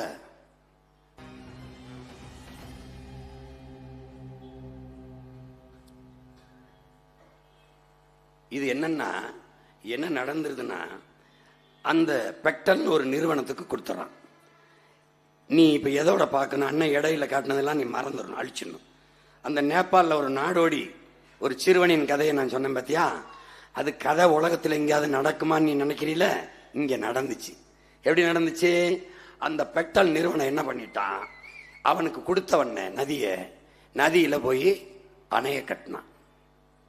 விவசாயத்துக்கு நீரை எடுக்கக்கூடாதுன்னு தடைய போட்டான். யார் மீன் பிடிக்க கூடாதுன்னு தடைய போட்டான். நான் தான் பிடிப்பேன், விவசாயத்துக்கு நீரை நான் தான் கொடுப்பேன், எவ்வளவு நீரோ அவ்வளவு காசு, இவ்வளவு ஒரு லிட்டர் இவ்வளவுன்னு போட்டு வித்தான். மீன் அவனைய பிடிச்சு வித்தான், அணைய கட்டி நீர் தேக்கிட்டான். அதுக்கப்புறம் என்ன பண்ணிட்டான், இந்த ஒன்னு தடை பண்ணான். குடிக்க கூட தண்ணி நான் தான் கொடுப்பேன். இப்ப என்ன கொடுத்த பிறகு தண்ணீரை விலை கொடுத்து வாங்குற நிலைமை, வேளாண்மைக்கு விலை கொடுத்து வாங்குற நிலைமை எதுவுமே இல்லை. முழு நதியின் பயன்பாடு அவன் கட்டுப்பாட்டுக்கு போயிடுச்சு. மக்கள் போராடுறான், ஒன்னும் செய்ய முடியல. மன்னன் உத்தரவு போல இது அரசன் உத்தரவு. இங்க பொலிவியா அரசு உத்தரவு. அரசு கையெழுத்து போட்டுருச்சு கடனை வாங்கி. வழி இல்ல, அரசு திணறுது. மக்கள் கிளர்ந்து எழுகிறான். நம்ம ஜல்லிக்கட்டுக்கு, ஸ்டெர்லைட்டுக்கு நம்ம போராடணும்ல, அது மாதிரி கிளர்ந்து எழுகிறான், போராடுறான். நம்ம இப்படி கையில் எரிவாவிக்கு, உயர் மின்னழுத்த கோபுரத்துக்கு போராடணும், அப்படி போராடுறான். போராடும் போது அங்க என்னன்னா, அதுக்கு ஒரு தலைமை இருக்க, ஒரு வங்கி பணியாளன் ஆஸ்கர் ஒலிவேரான்னு ஒருத்தன் வாரான். அவன் பேசுவான் பாரு, இவன் என்ன பண்றான், அந்த வங்கியிலிருந்து பணியை விட்டுட்டு மக்களுக்கு தலைமையேற்று போராட ஆரம்பிக்கிறான். போராட ஆரம்பிக்கும் போது la gente, nosotros no podíamos conseguir போராட்டம். ராணுவத்தை வச்சு எப்படி ஸ்டெர்லைட் போராட்டத்தை துப்பாக்கி சுட்டு வீழ்த்தினானோ அடக்குனானோ அப்படி ராணுவத்தை வச்சு போராடுற மக்களை சுட்டு வீழ்த்துறான்.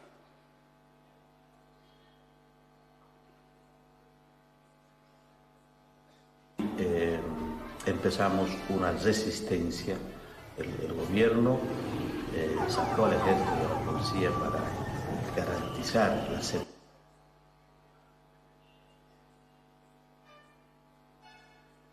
தூத்துக்குடி ஞாபகம் வரும் உனக்கு. மக்களின் புரட்சியை கட்டுப்படுத்த முடியாம ராணுவத்தை வச்சு தாக்கி அழிக்கிறான்.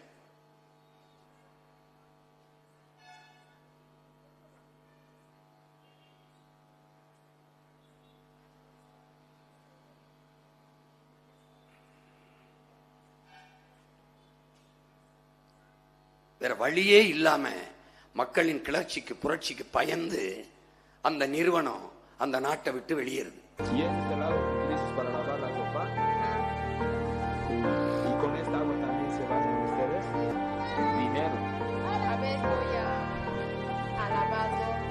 நமக்கு மட்டும்தான் நினைக்காத, உலகங்களும் தண்ணீருக்கு இதான் பிரச்சனை. ஒரு போர், அதனாலதான் 3ஆம் உலக போர் தண்ணீருக்காக தான் நடக்கும்னு சொல்றது காரணம் அதுதான். இவனு தெரியுமா, இங்கிலாந்தின் பொருளாதார மேதை ஜான் ஆண்டனி ஆலன் அவன் என்ன சொல்றான், ஆசிய நாடுகள் தான் தங்கத்தையும் பணத்தையும் வைத்து பொருளாதாரத்தை மதிப்பிடுகிறார். அதாவது ஒரு நாடு பணக்கார நாடா இல்லையான்னு. ஆனா ஐரோப்பிய நாடுகள் எல்லாம் நீர் பொருளாதாரத்துக்கு, தண்ணீர் பொருளாதாரத்துக்கு வந்து விட்டார்கள். அப்படின்னா எந்த நாடு தண்ணீர் அதிகமா வச்சிருக்கோ அந்த நாடு தான் பணக்கார நாடுன்னு கணக்கிட ஆரம்பிச்சிட்டான். புரியுதா?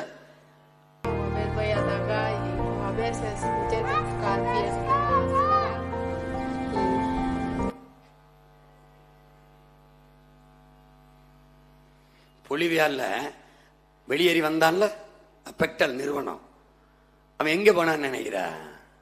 அந்த நேபாள இளைஞன் அந்த கதை பொலிவியால நடந்தது.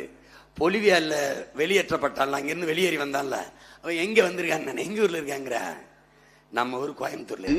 கோவைக்கு வரும் இந்த சூயஸ் நிறுவனத்திற்கும் பேரை மாத்திட்டான். பெக்டல்னா தெரிஞ்சிரும்ட்டு சூயஸ்ன்னு மாத்தி இங்க வந்துட்டான். எங்க? நம்மளுடைய பவன், நம்ம ஆறுல இருந்து தண்ணி எடுத்து நமக்கு கொடுக்கறதுக்கு 3150 கோடிக்கு மேல ஒப்பந்தம் போட்டு காசு கொடுத்து வர. எவ்வளவு வேலை மக்களுக்கு தண்ணிய. நம்மளுடைய மாநகராட்சி என்னத்தை புடிங்கிட்டு இருக்கு? அதுக்கு தண்ணி எடுத்து மக்களுக்கு கொடுக்கறது வேலை என்ன? நம்மளுடைய கார்பரேஷனுக்கு வேலை என்ன? அதுக்கு வெளிநாட்டுல இருந்து ஒரு முதலாளி வரணும், அது 3150 கோடி கொடுத்து ஏன் வரணும்? அந்த சூயஸ் என்னென்ன வேலை பண்ணுவான்னு பாருப்ப. நீ பொலிவியால நடந்தது உனக்கு நடக்கும். அன்னைக்கு அந்த ஆஸ்கர் ஒலிவியா மாறி உன் மகன் தான் முன்னாடி நின்பேன். பாத்துக்க, நீ பாத்துக்க. 3150 கோடியை சுமந்து கொண்டு தமிழகத்தில் கடைவிரிக்கும் இந்த சூயஸ் நமக்கு 24 மணி நேரமும் நீர் கொடுத்து சேவை செய்வதற்காகத்தான் வந்திருக்கிறான் என்று நீங்கள் நினைத்துக் கொண்டிருக்கீங்க. இந்த சட்டத்தை கொண்டு வந்த ஆள் யார் தெரியுமா? அம்மையார் ஜெயலலிதா. கொண்டு வந்த பெருமன் யார் தெரியுமா? நம்ம ஐயா வேலுமணி. சிறந்த திட்டம். நாங்க அது திட்டமா என்னன்னு நீங்க கொஞ்சம் பாருங்க. நிச்சயம் உங்கள் பைகளில் பணங்களை நிறைத்து வைத்துக் கொள்ளுங்கள். ஏனெனில் இனி நீங்கள் கழிவறைக்கு சென்று கழுவும் நீருக்கும் காசு கொடுக்க வேண்டும். ஆம், அதுதான் சூயஸின் அஜெண்டாவே. உங்கள் வீடுகளில் இருக்கும் கிணறுகளையும் ஆழ்குழாய் துளைகளையும் மூட சொல்லுவான். நான் தான் தண்ணி கொடுக்குறேன், நீ எதுக்கு கிணறு வச்சிருக்க?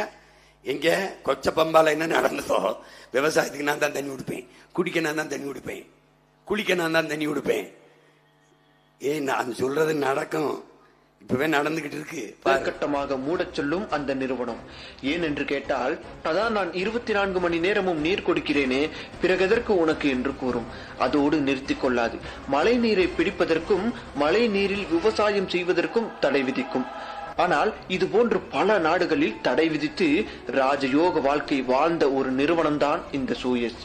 அதிலிருந்து மீனை பிடிப்பதற்கு கூட எவனுக்கும் அனுமதி கிடைக்காது. இதில் இன்னொரு விடயம் என்னவென்றால், இந்தியாவில் விவசாயம் பார்க்க கூட அந்த ஆறுகளில் இருந்து கட்டணம் வசூலிக்கப்படும். இப்ப புரியுதுன்னு நினைக்கிறேன். ஏற்கனவே அவன் கோயம்புத்தூர் திருப்பூர்லாம் வந்துட்டான். வந்து நீ என்ன பண்ணுவான்? அவன் தான் தண்ணீர் கொடுக்கிறேன்பா. இப்ப எப்படி பொலிவியால விரட்டினாங்களோ அப்படி இந்த சூயஸை விரட்டணும்னா அதிகாரம் நம்ம கிட்ட வரணும். இல்லைன்னா கதையை முடிச்சிருவான்.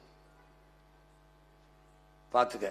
பரவாயில்லைன்னா எனக்கு போடாத, ஓட்ட போடாத, நீ அவங்களுக்கே போட்டு, அதே உதயசூரியனுக்கு போடு, அதே ரெட்டலைக்கு போடு, அதே தாமரைக்கு போடு, அதே கைக்கு போடு, உங்க பிள்ளை எங்களை தூக்கி ரோட்ல போடு சொல்லிக்கப்படும்.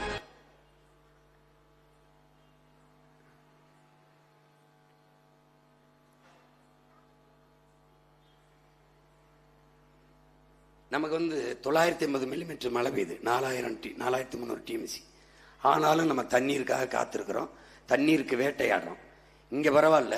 எங்க ஊர் ராமநாதபுரத்துல கற்காலத்துல தீப்பந்தத்தை ஏந்திட்டு போகும்ல, அப்படி தீப்பந்தத்தை ஏந்திக்கிட்டு கொட்டாச்சியில சிரட்டல் அந்த கரை ஆப்பை எடுத்துக்கிட்டு நள்ளிரவில் அரிக்கன் விளக்குல தூக்கிக்கிட்டு காட்டுக்குள்ள சும்மா ஒரு இதை தோண்டி கொஞ்சம் மண்டி மகிழிமா அப்படியே எடுத்து ஒரு குடத்தை எடுத்துக்கிட்டு வர்றதுக்கு விடிய விடிய எங்க அக்கா அம்மாலாம் உட்கார்ந்து வந்து அந்த மண்டியை தேத்தாங்கொட்டைன்னு ஒன்று இருக்கு, அதை வச்சு தேத்தி அதுல தெளிய வச்சு அதுல ஒரு மடக்கு எடுத்து காஞ்சு வறண்டு இருக்க நாக்கில் ஒரு சொட்டை குடிச்சு உயிரை காப்பாத்திக்கிற போராடிக்கிட்டு இருக்கோம். கடல் அருகில இருந்தும் குடிக்க தண்ணி இல்லை, கடல் நிறைய தண்ணி இருக்கு. உன் நொய்யலார ஒரு தடவை பாரு. இதான் ஓ நொய்யனாரு. நான் கற்பனையில போடல சாமி, பாத்துக்க. இது என்ன அமைச்சர்கிட்ட கேட்டா மக்கள் குளிச்சு விட்ட சோப்பு நுரைங்கிறவள அவ்வளவு அழுக்கா வச்சிருந்தாங்க. செத்துருச்சு, அதை உயிர்ப்பிக்கணும், நொய்யலார உயிர்ப்பிக்கணும். பாத்துக்க பாத்துக்க எப்படி வருதுன்னா ஆத்து நீர் தான். இதுல என்னன்னா இது பூமிக்குள்ள போகுது, அந்த நிலத்தடி நீரை குடிக்கிறோம், இது பூமிக்குள்ள போகுது, நஞ்சா உள்ள போகுது, அதுலதான் எல்லாம் விளையுது, நஞ்சா விளையுது. இது ஆடு மாடு நாய் நரி மானு யானை சிங்கம் புலி கரடி கொக்கு மைனா எல்லாம் இதை தான் குடிக்குது. தண்ணின்னு நினைச்சு விஷத்தை குடிக்குது.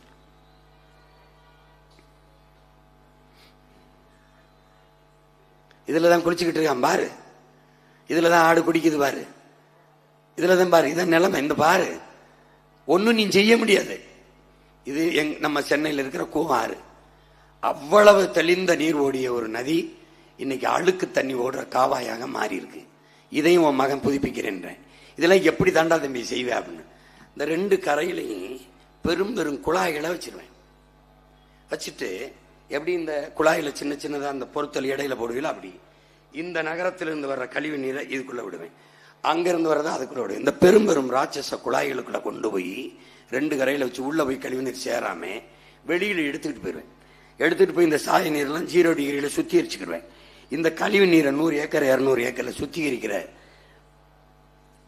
இது வச்சு சுத்திகரிச்சு தூய் அந்த சுத்திகரிச்சு எடுக்கிற தெளிந்த நீர் என்ன பண்ணுவேன், மரம் நடுதல், சாலை போடுதல், கட்டிடங்கள் கட்டுதல் அதுக்கு பயன்படுத்திடுவேன். இந்த கீழே படிகிற இந்த அழுக்கு இந்த மண்ணை எடுத்து வண்டல் மண்ணை நல்ல உரம் அதை என்னுடைய வேளாண் பண்ணைகளுக்கு எடுத்துட்டு போயிடுவேன். அப்ப என்ன பண்ணுவேன், தூய நீர் ஓடுற மாதிரி பண்ணிடுவேன். அது நான் உனக்கு படமா காட்டுறேன், அப்போ உனக்கு நம்பிக்கை வரும். அவ இப்படி செஞ்சிருவானா அண்ணே, ஓஹோ அப்படியா அப்படின்னு. இங்க பாரு, இதுல அதை விட கொடுமை, இந்த பிளாஸ்டிக் நெகிழி குப்பைகளால ஆறெல்லாம் நிரம்பி இருக்கு. கெடில மாறு, ஒவ்வொரு ஆறும் தண்ணியை மட்டும் பாரு, தண்ணி நிறத்த பாரு. ஆறுகளை நம்ம வந்த பிறகு உயிர்ப்பிச்சிடறோம். சாக கிடக்கிற நம் தாயை எப்படி காப்பாத்துமோ அப்படி சாக கிடக்கிற நம் தாயின் ரத்த நரம்பு இருக்குல்ல, ரத்த நரம்பு, இதை சுத்தம் பண்ணிடுறோம். அந்த சுத்தம் பண்ணிடுறோம். செய்வானான்னு நினைக்கிறியா? நான் சத்தியமா செய்வேன், நீ நம்ப. எவனாவது நதி நதி அல்ல என் பூமி தாயின் ரத்த நரம்புகள்னு சொன்ன எவனையாவது சொல்லு. மலை மலையில் என் பூமி தாயின் முளைன்னு சொன்னவன் எவனையாவது சொல்லு. என் தாயின் மார்பிலிருந்து எனக்கு பால், பூமி தாயின் மலை மார்பிலிருந்து உலக உயிர்களுக்கு பால். அதான் அருவி. அந்த அருவியில் இருந்தான் ஆறு, ஆறில் இருந்தான் நீரு, நீரில் இருந்தான் சோறு, சோறில் இருந்தான் வயிறு, வயிறில் இருந்தான் உயிர், உயிரில் இருந்துதான் வாழ்க்கை. இப்படி ஒருத்தவனை கற்பிச்சிருக்கான்னு சொல்லு, அப்புறம் நீ போடு. 430 டிஎம்சி அதை நான் சேமிக்கிறேன். கணக்கில்லாத ஏரி குளங்களை வெட்டுறேன். நீ உடம்புல தேமல் வந்தா எப்படி திட்டு திட்டா வெண் தேமல் இருக்குமோ அப்படி விண்ணூர்தியில நீ பயணிச்சு பார்த்தீங்கன்னா என் தமிழ் தாயின் தேசத்தின் நிலமெங்கும் நீர் தேமல்கள் திட்டு திட்டு திட்டு திட்டாக இருக்கும். 10 ஏக்கருக்கு 2 ஏக்கரு, 200 ஏக்கருக்கு 25 ஏக்கரு விளைநிலங்கள் எல்லாம் நீர் தேக்கங்களை வெட்டி வெட்டி அந்த நீர் மழை நீர்ல நிறையாது. எங்கு விழுந்தாலும் அந்த ஏரிக்கு குளத்துக்கு போய் சேர மாதிரி நீர் தாரைகளை உருவாக்கி பெரிய கனவோடு உன் மகன் நிக்கிறேன். இந்த மாதிரி எப்படி கொண்டு போய் சேர்ப்பேன். இதெல்லாம் கடல்ல சேர்ந்துருது. 2050 500 டிஎம்சி. அதுல ஒரு 500 டிஎம்சி நான் சேர்த்துக்கிட்டேன்னாவே என் பிள்ளைகளுக்கு தண்ணீர் பஞ்சம் இல்லாம நான் காப்பாற்றிட முடியும். தூய குடிநீரை நானே சுத்தி நானே வீடு வீடுக்கு கொண்டு வந்து நானே கொடுத்துருவேன். ஒரு ரூபா கூட கட்டணம் இல்லாது தூய குடிநீரை உனக்கு தந்துடுவேன். அப்ப நான் வந்தவனே என்ன பண்ணுவேன், முதல்ல சட்டம் போடுவேன். முதல் கையெழுத்து என்னன்னு எல்லாரும் உங்க அண்ணனை கேட்கிறான், உன் மகனை முதல் கையெழுத்து நான் முதலமைச்சர் கையெழுத்து போடுவேன், இல்லைன்னா பதவி செல்லாது. முதல் கையெழுத்து போட்டுட்டு, இரண்டாவது கல்வி மானுட உரிமை, கொடுக்க வேண்டியது அரசின் கடமை, அதை கொடுக்காமல் இருப்பது மாபெரும் கொடுமை. ஒரு நாட்டின் வளங்களிலே ஆகப்பெரிய வளம் அறிவு வளம். செல்வத்திலே சிறந்த செல்வம் அறிவு செல்வம். என் தேசத்தின் பிள்ளைகளுக்கு, என் நாட்டின் செல்வங்களுக்கு சரியான சமமான தரமான கல்வியை ₹1 கட்டணம் இல்லாமல் கொடுப்பேன். முடிக்கல, எப்படி கொடுப்பேன்? உலக தரத்திலே முதலிலே பின்லாந்து, 2வது தென்கொரியா, 3வது சிங்கப்பூர், 4வது ஜப்பான், கனடா, ஜெர்மனி, இந்த நாடுகளை முந்திக் கொண்டு முதல் தரத்திலே உலக தர கல்வி என்பது பின்லாந்து அல்ல, தென்கொரியா அல்ல, சிங்கப்பூர் அல்ல, தமிழ்நாட்டின் கல்வி தரம் தான் உலக சிறந்த கல்வித்தரம் என்று மாத்துவேன். விளங்குதுன்னு நினைக்கிறேன், மாத்துறேன். அடுத்த கையெழுத்து, மருத்துவம் ஒரு மகத்தான சேவை, அது என் மக்களுக்கு தேவை. உயிர்காக்கும் மருத்துவம் விற்பனை பண்டம் அல்ல.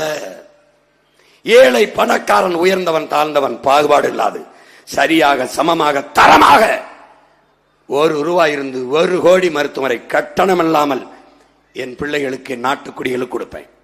தாய்க்கு முடியலையா, உன் வீட்டின் தாய் அல்ல, என் நாட்டின் தாய்.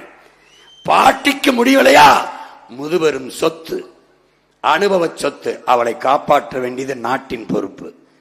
நீ அழைச்சு பேசிட்டா போதும், உயிர் காக்கும் உறுதி வந்து எடுத்துட்டு வந்து உயர்ந்த மருத்துவத்தை கொடுக்கும். ₹1 நீ செலவு பண்ண வேண்டியதில்லை. நீ அப்பலோ, காவிரி, என்ன தனியார் முதலாளிக்கு நீ போக வேண்டியதில்லை. ஏன்? அதை தாண்டி உன் மகன் தருவேன். அரசின் கடமை அதுதான் எனக்கு தெரியும், உனக்கு புரிதுன்னு நினைக்கிறேன். இது 2வது கையெழுத்து. 3வது கையெழுத்து, நீர் மனித உயிர்களுக்குமான மட்டுமல்ல, மனித தேவைக்கு மட்டுமானதல்ல. சட்டசபையில் பேச்சு தம்போடுவேன், கையெழுத்து பாரு. மனித தேவைக்கு மட்டுமானதல்ல, அது உலக உயிர்களின் உயிர் தேவை.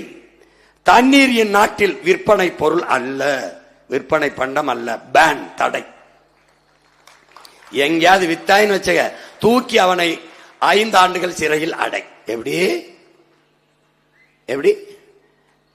நோ என்கொயரி, நோ விசாரணை. உள்ளரடே, உள்ளற உள்ள வச்சு ஒரு சொட்டு தண்ணி தராம வச்சு கொன்னு விடுவேன். தடை. நானே கொடுப்பேன், தரமான நீரை கொடுப்பேன், நஞ்சில்லாத நீரை கொடுப்பேன், நம்பிய மக்கள் குடிக்கலாம் கொடுப்பேன். இது 3ஐயும் ₹1 இல்லாம, இலவசம்ங்கிறது கட்டணம் இல்லாம உன் மகன் தர போறது இது 3 தான். இது 3ஐயும் கொடுத்துருவேன். அதுக்கப்புறம் அவனுக்கு தெரியும், வேளாண்மையை நான் பல கோடி பண திட்டம், 10 ஆண்டு பசுமை திட்டம், பிள்ளைகளை 10,000 பேர் 5,000 பேரை வேலைக்கு எடுத்துருவேன். அரசு பணி, கல்வியை நான் கொடுத்துருவேன், மருத்துவத்தை நான் கொடுத்துருவேன், தண்ணீரை கொடுத்துருவேன், வேளாண்மை நானே செஞ்சிடுறேன். பசிங்கிற சொல்லு இல்ல, வீட்டுக்கு வீடு வேலை கொடுத்துறேன். ஆடு மாடு மேய்க்கிறது, கரும்புல தொழிற்சாலை, அதை போட்டு காட்டுறேன், தனித்தனியா போடுறேன். எல்லாத்தையும் ஒரே நான் பேச முடியாது. அப்ப அதெல்லாம் வேலை இல்லைன்னு சொல்ல முடியாது, பசிக்குதுன்னு சொல்ல முடியாது. நானே தான் பால் பண்ண வச்சிருக்கேன், நானே நாட்டுக்கோழி வளர்க்குறேன், நானே கழுத வளர்க்குறேன், நானே பன்னி வளர்க்குறேன், நானே எருமை வளர்க்குறேன், நானே பட்டுப்பூச்சி வளர்க்குறேன், நானே தேனீக்கள் வளர்க்குறேன். ஒருத்தனும் தப்பிக்க முடியாது. சூலூர்னா சூலூர்ல அரசு வேலை, கவுண்டம்பாளையம்னா கவுண்டம்பாளையத்துல வேலை. இங்க வேறு விவசாயி ஏன் ஏழையா இருக்கேன், பிளேட்டு கத்தி சிறக்கிற பிளேட்டு கத்தி தயாரிக்கிறவன் விலையை அவன் தீர்மானிக்கிறான், கால் செருப்பு தயாரிக்கிறவன் விலையை அவன் தீர்மானிக்கிறான். என் ஆத்தால போய் விளைய வைக்கிற பொருளுக்கு அவன் விலையை தீர்மானிக்க முடியல, வாங்குறவன் தீர்மானிக்கிறான். விவசாயத்தில் மட்டும் வேளாண் குடிமகன் உற்பத்தியாளன் விளைவை தீர்மானிக்க முடியவில்லை, வாங்குறவன் தீர்மானிக்கிறான். உன் மகன் ஆட்சிக்கு வந்தவன உற்பத்தியாளனே தீர்மானிக்கிறான். அதனால விவசாய கடனாளியா மாட்டான். என்ன செய்வான் சீமான்?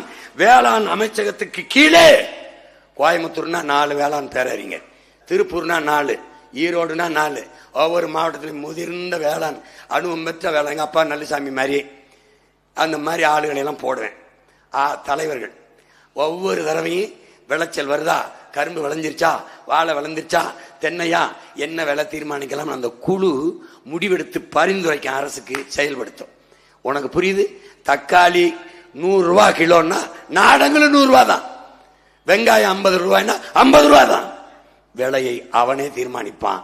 ஏன்னா எனக்கு தெரியும், ஒரு நாட்டில் விவசாயி வாழ்கிறான் வளர்கிறான் என்றால் நாடு வாழுகிறது வளர்கிறது. அது பசியற்ற சமூகம். ஒரு நாட்டில் விவசாயி வாழ முடியாம சாகிறான் என்றால் அது நாடு இல்ல சுடுகாடு. அதனால நாட 10 ஆண்டுல பச்சை போர் வேலை போத்திடுவேன், உனக்கு தண்ணியை நானே கொடுத்துருவேன், பிளாஸ்டிக்கை ஒழிச்சிருவேன், மாற்றுக்கு உனக்கு கொண்டாந்து சேர்த்துருவேன். வேற என்ன சொல்லு? ஆள் குழாய இதுவரைக்கும் போட்டது இனிமே போட விட மாட்டேன். கிணறு தான் வெட்டணும். ஆள் குழாயில நீ 500 அடி 1000 அடிக்கு போய் உறிஞ்சிக்கிற. இந்த வேப்ப மரம், இந்த மரம் 1000 அடிக்கு உள்ள போய் வேறு அதெல்லாம் கிடையாது. இங்க பாருங்க, 500 அடி 1000 அடிக்கு போயிடுவேன். அப்ப இந்த செடி கொடி, இந்த புல்லு பூண்டு, இந்த மரம் எல்லாம் என்ன பண்ணும்? 1000 அடிக்கு கீழே போய் தண்ணீர் எடுத்துக்கிட்டு வருங்கிற பனையே செத்து போகுது, கழுத்து முறிஞ்சு. அப்புறம் என்ன பண்றது? கேரளாவில எல்லாம் அந்த போர்வெல்ல தடுத்துட்டான், ஆள் குழாய தடுத்துட்டான்.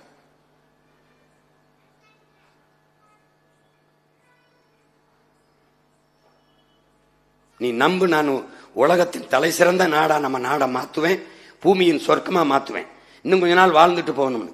என் பள்ளிக்கூடத்துல நீ பாத்தீங்கன்னா மறுபடியும் படிக்க நீ சேர்த்துக்குங்கிற அளவு கெஞ்ச விட்டுவேன். இந்த வேற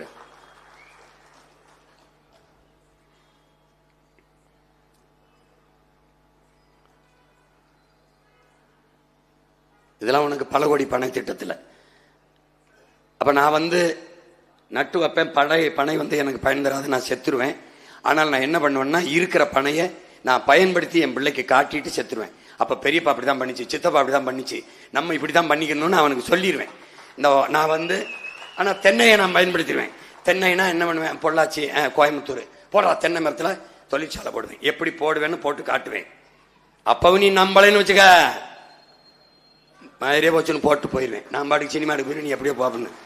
அப்புறம் நீ நடிகனை நம்பி நாட்டை கொடுத்துட்டு ஆடிக்கிட்டு திரி போ. சரி, மீட்டு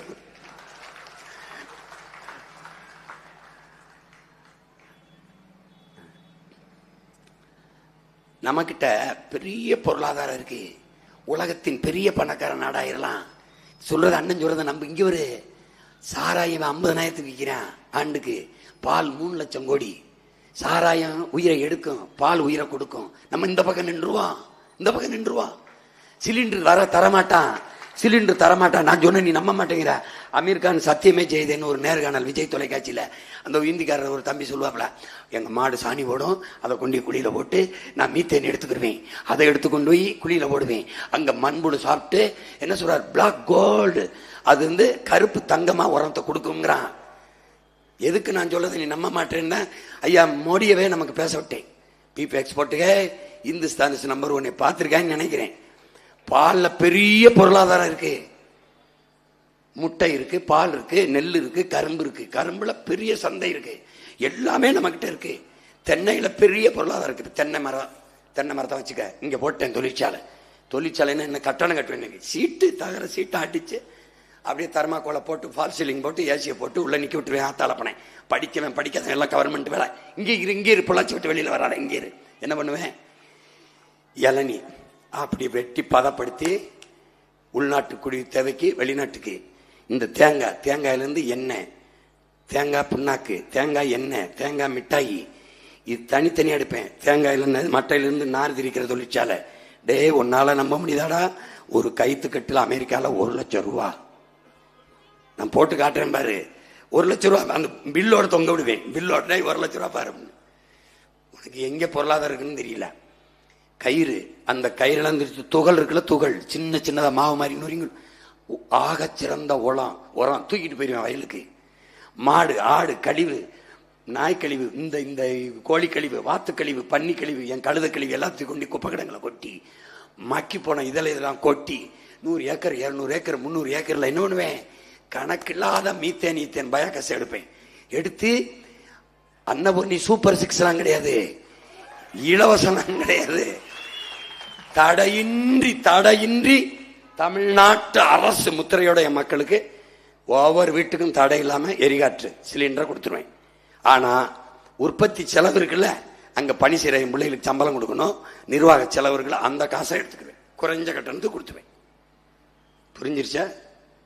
இலவசமா வேணும்னா அவனுக்கு போடு, அவங்களுக்கு போடு, இல்ல இப்படி கொடு. நீ பூமியை ஈரக்கொலைய ஒரு மாட்டு சாணியில பயோகேஸ் எடுத்துக்கிற முடியும் மீத்தம்னா என்ன? இதுக்குடா என் பூமி தாயின் ஈரக்கொலைய மண்ணை தோன்ற, என் தாய் மண்ணை எதுக்குடா தோன்ற?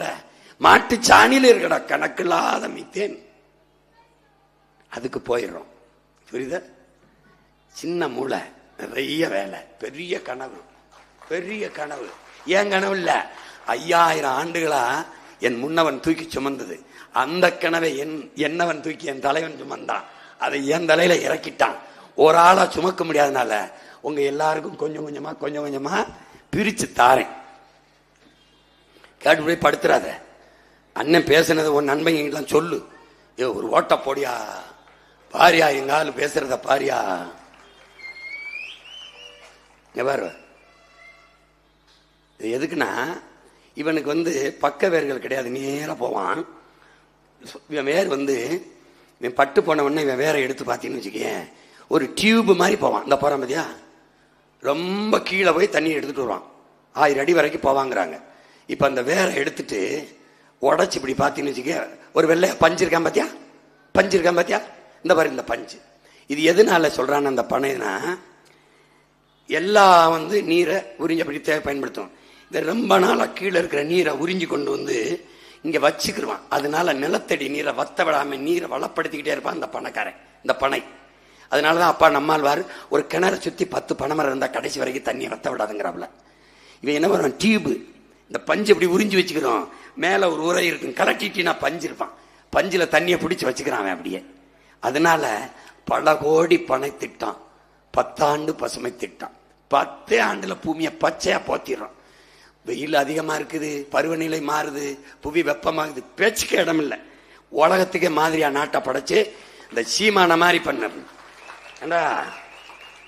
ஒற்றை மகன் சிங்கப்பூர்ல லீக்வா நியூ சிங்கப்பூரை உலகத்தின் தலை சிறந்த நாடா மாற்றும் போது உன் மகன் உன் கூட பிறந்தவன் சீமா தமிழ்நாட்டை சிங்கப்பூர் மாதிரி மாற்ற முடியாதா என்ன? நீ நம்பணும், நம்புவ எங்க போயிருவ? என்னை விட்டா உனக்கு நாதி இல்லை, உன்னை விட்டா எனக்கு நாதி கிடையாது.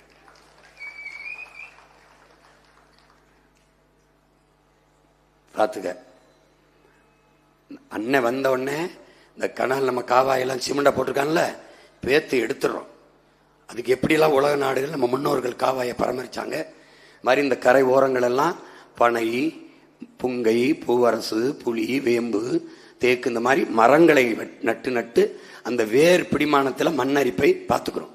அப்படிங்கும்போது நமக்கு கசிவு நீர் பாசனமும் கிடாது, நிலத்தடி நீரும் பூமிக்குள்ள போகும், இந்த பக்கத்தில் போய் கசியும், நண்டு மண்புழு அதெல்லாம் மண்ணை வளப்படுத்துறத கிடாது.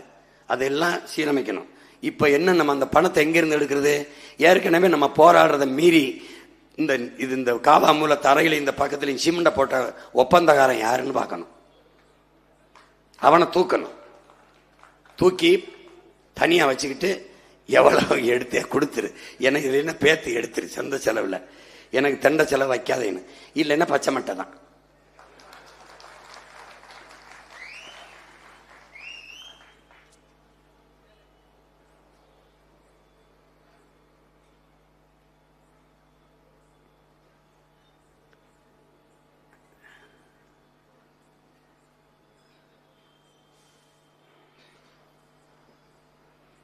இது பழவந்தாங்கள்.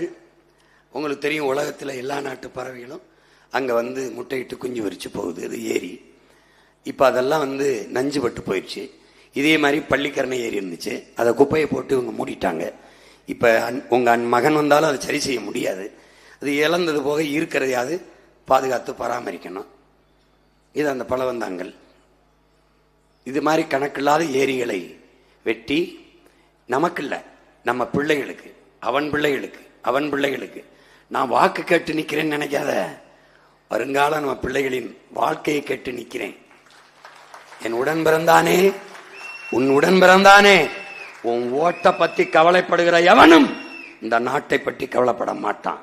உன் வாக்கை எப்படி பறிக்கிறதுனே குறி வச்சு, அது இலவசம், இது இலவசம், மிச்சி இலவசம், 2000 இலவசம், 20,000 போடுற வங்கி கணக்கில் இட்டா இவன் உன் வாக்கை பத்தி கவலைப்படுறான், உன் வாழ்க்கை பத்தி கவலைப்பட மாட்டான். நான் இன்னும் சொல்றேன், சத்தியமா சொல்றேன், 10 ரூபாய் இலவசம் தர மாட்டேன். ஆனால் நீ உனக்கு வேண்டிய அளவுக்கு வருவாயை ஈட்டிக் கொள்ற அளவுக்கு வேலை வாய்ப்பு, வருவாய் பெருக்கம், வசதியான வாழ்க்கையை தருவேன். உன்னை கையேந்தி நிக்கிற எளி நிலையில் வைக்க மாட்டேன். உன் மகன் கையேந்தினால் பிச்சை, நாம் எல்லோரும் சேர்ந்து கையேந்தினால், ஒரு நாடே நான் மட்டும் ஏந்தினால் பிச்சை, நாடே சேர்ந்து ஏந்தினால் பிச்சை இல்லாத இலவசம் என்பதை நாம் எப்படி ஏற்பது என்பதை என் அன்பு தம்பிதைங்கள் புரிஞ்சுக்கணும். இது மாதிரி ஒரு நிலையை உருவாக்கணும். இது ஒரு சின்ன முன்னோட்டம். மறுபடி நீரை எப்படி நீரை தேக்கி நீர் வளத்தை பெருக்குவேன்னு நீர் மேலாண்மையில மறுபடி காட்டுறேன். அது இருக்கு, அது போடுறேன். இப்ப இது நம்ம நீர் வளத்தை பெருக்கிறதுல ஒரு சின்ன பகுதி. நம்ம எப்படி நீர் வளத்தை இழந்துகிட்டு இருக்கோம், இந்த சூயஸ் நம்மளை எவ்வளவு பெரிய ஆபத்துக்கு கொண்டு போக போறான்னு ஒரு விழிப்புணர்வுக்கு தான். ஏன்னா விழிப்புணர்வு அற்ற சமூகத்தில் நடிப்பவனுக்கே முதலிடம் கிடைக்கும்னு ஐயா இறை என்று சொல்றாங்க. நம்ம உயிர் தலைவன் விழிப்புணர்வே விடுதலையின் முதல் படிங்கிறான். என் இனம் விழிப்புட்டுருச்சுன்னா அது விடுதலை அடைஞ்சிரும், நான் தேவைப்பட மாட்டேன். புரியுதா? அதுக்கு தான் இதை சொன்னேன். நீங்க உங்களுக்கு நேரம் ஆயிடுச்சு, இதுக்கு மேல என்ன? இல்ல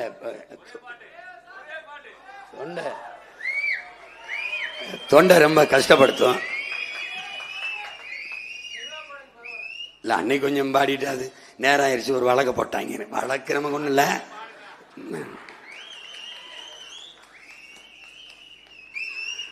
ஆயிரம் ரூபாய் தந்தான் புள்ள, அரிசி பருப்பும் தந்தான். இப்ப அண்டா குண்டாதாரா, கூற 2000 தாரா. வாங்கிக்கிட்டு வாடி, நம்ம வாக்க போட்டு வருவோம். ஓ அண்டா குண்டாவும் வேணாம், ரூபாய் 2000 வேணாம். ஓட்ட விவசாயிக்கு போட்டா இது எல்லாம் வருந்தானா? ஏ பரிசு பொட்டியும் தாரா, பணம் 10,000 தாரா. பாவி மகளை வாடி, நம்ம ஓட்டு போட்டு வருவோம். ஓ பரிசு பொட்டியும் வேணா, பணம் 10,000 வேணா. என் பகட்டுக்கார மாமா, நான் பாவம் செய்ய மாட்டேன். ஏ கொலுசு முக்கத்தி தாரா, அடி குடிக்க குவாற்றம் தாரா. கூட கொஞ்சம் வாடி, நம்ம ஓட்டு போட்டு வருவோம். இப்படி குடிக்க வச்சு தானே நல்ல குடிய கெடுத்த கூட்டம். குறுகட்ட மாமா, நான் கூட வர மாட்டேன். என் வேட்டி சேலதாரா, ஓசி வசுந்தாரா. ஒத்துக்கிட்டு வாடி, நம்ம ஓட்டு போட்டு வருவோம். ஓ ஓ வேட்டி சேலையும் வேணா, அந்த ஓசி பஸ் வேணா. வேலை வெட்டி தந்தா நான் வாங்கிக்கு வேண்டானா. ஏன் மிக்சி கிரைண்டர் தாரா, மசாலா சாமான் தாரா. மாமன் பொண்ணே வாடி, நம்ம ஓட்டு போட்டு வருவோம். ஓ மிக்சி கிரைண்டர் வேணா, அந்த மசாலா சாமான் வேணா. மனங்கட்ட மாமா, நான் மாத்தி போட மாட்டேன். போட்டதெல்லாம் போதும் மாமா, நீயும் கொஞ்சம் மாறு. நாம பட்டதெல்லாம் போதும், இப்ப மாறணுமே ஊரு. படிக்க நல்ல படிப்பு, பார்க்க நல்ல வைத்தியம். கொடுக்க போறதாரு விவசாயி சின்னந்தானே கூறு.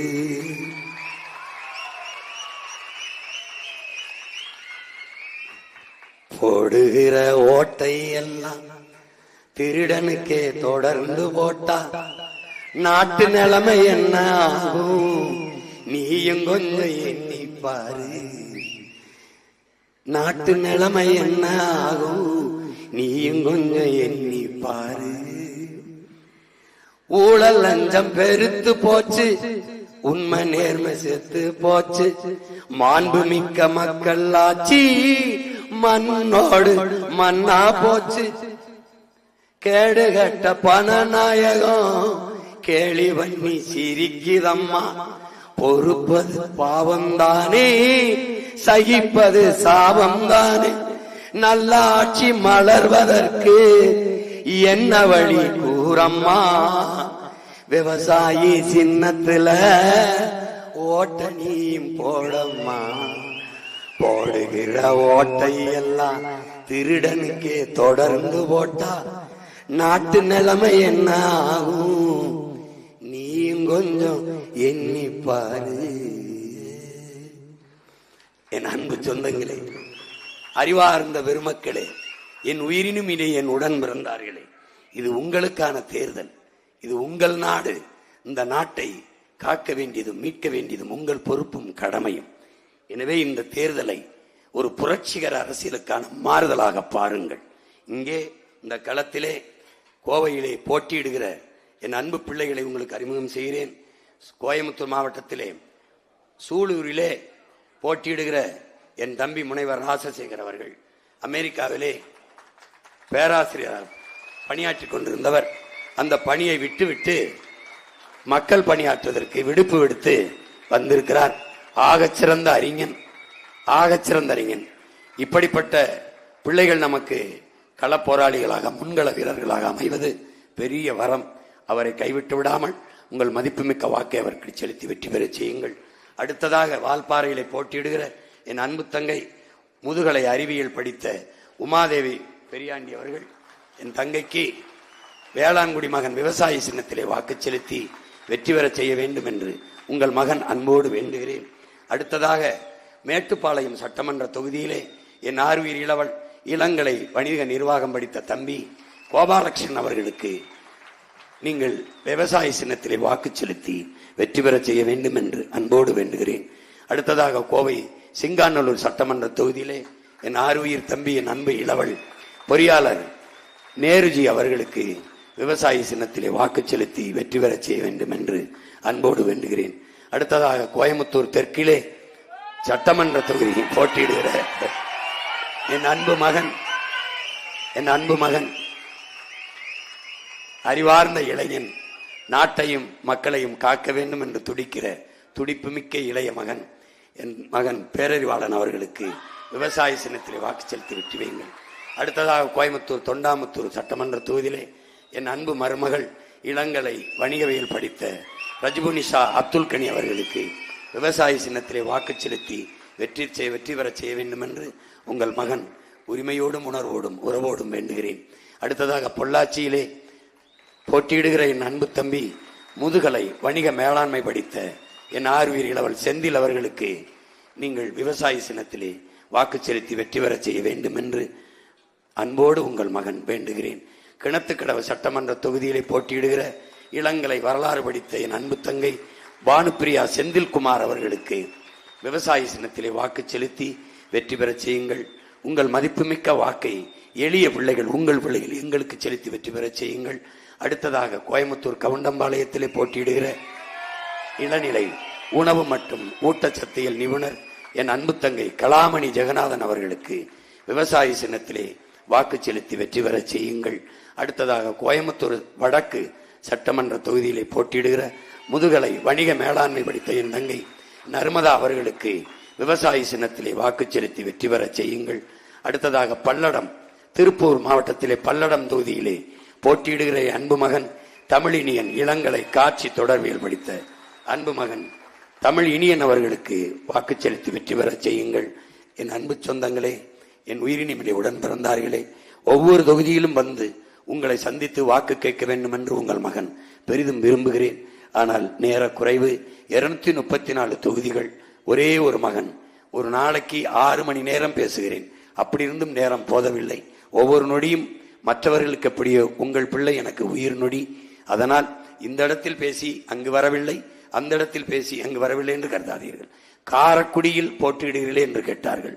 நான் காரக்குடிக்கு மட்டுமான மகனும் அல்ல, ஒட்டுமொத்த தமிழ் குடிக்கான மகன் என்பதை மனதில் வைத்துக் கொண்டு சூலூரில் பேசுவது, வேலூரில் பேசுவது, கோயம்புத்தூர் பேசுவது, எல்லா ஊருக்கும் பேசுவதுதான் என்று என் அருமை பெற்றோர்கள், என் ஆறுயிர் சொந்தங்கள், உயிரினும் இனிய என் உடன் பிறந்தார்கள் புரிந்து கொண்டு உங்கள் பிள்ளைகள் எங்களை கைவிட்டு விடாதீர்கள்.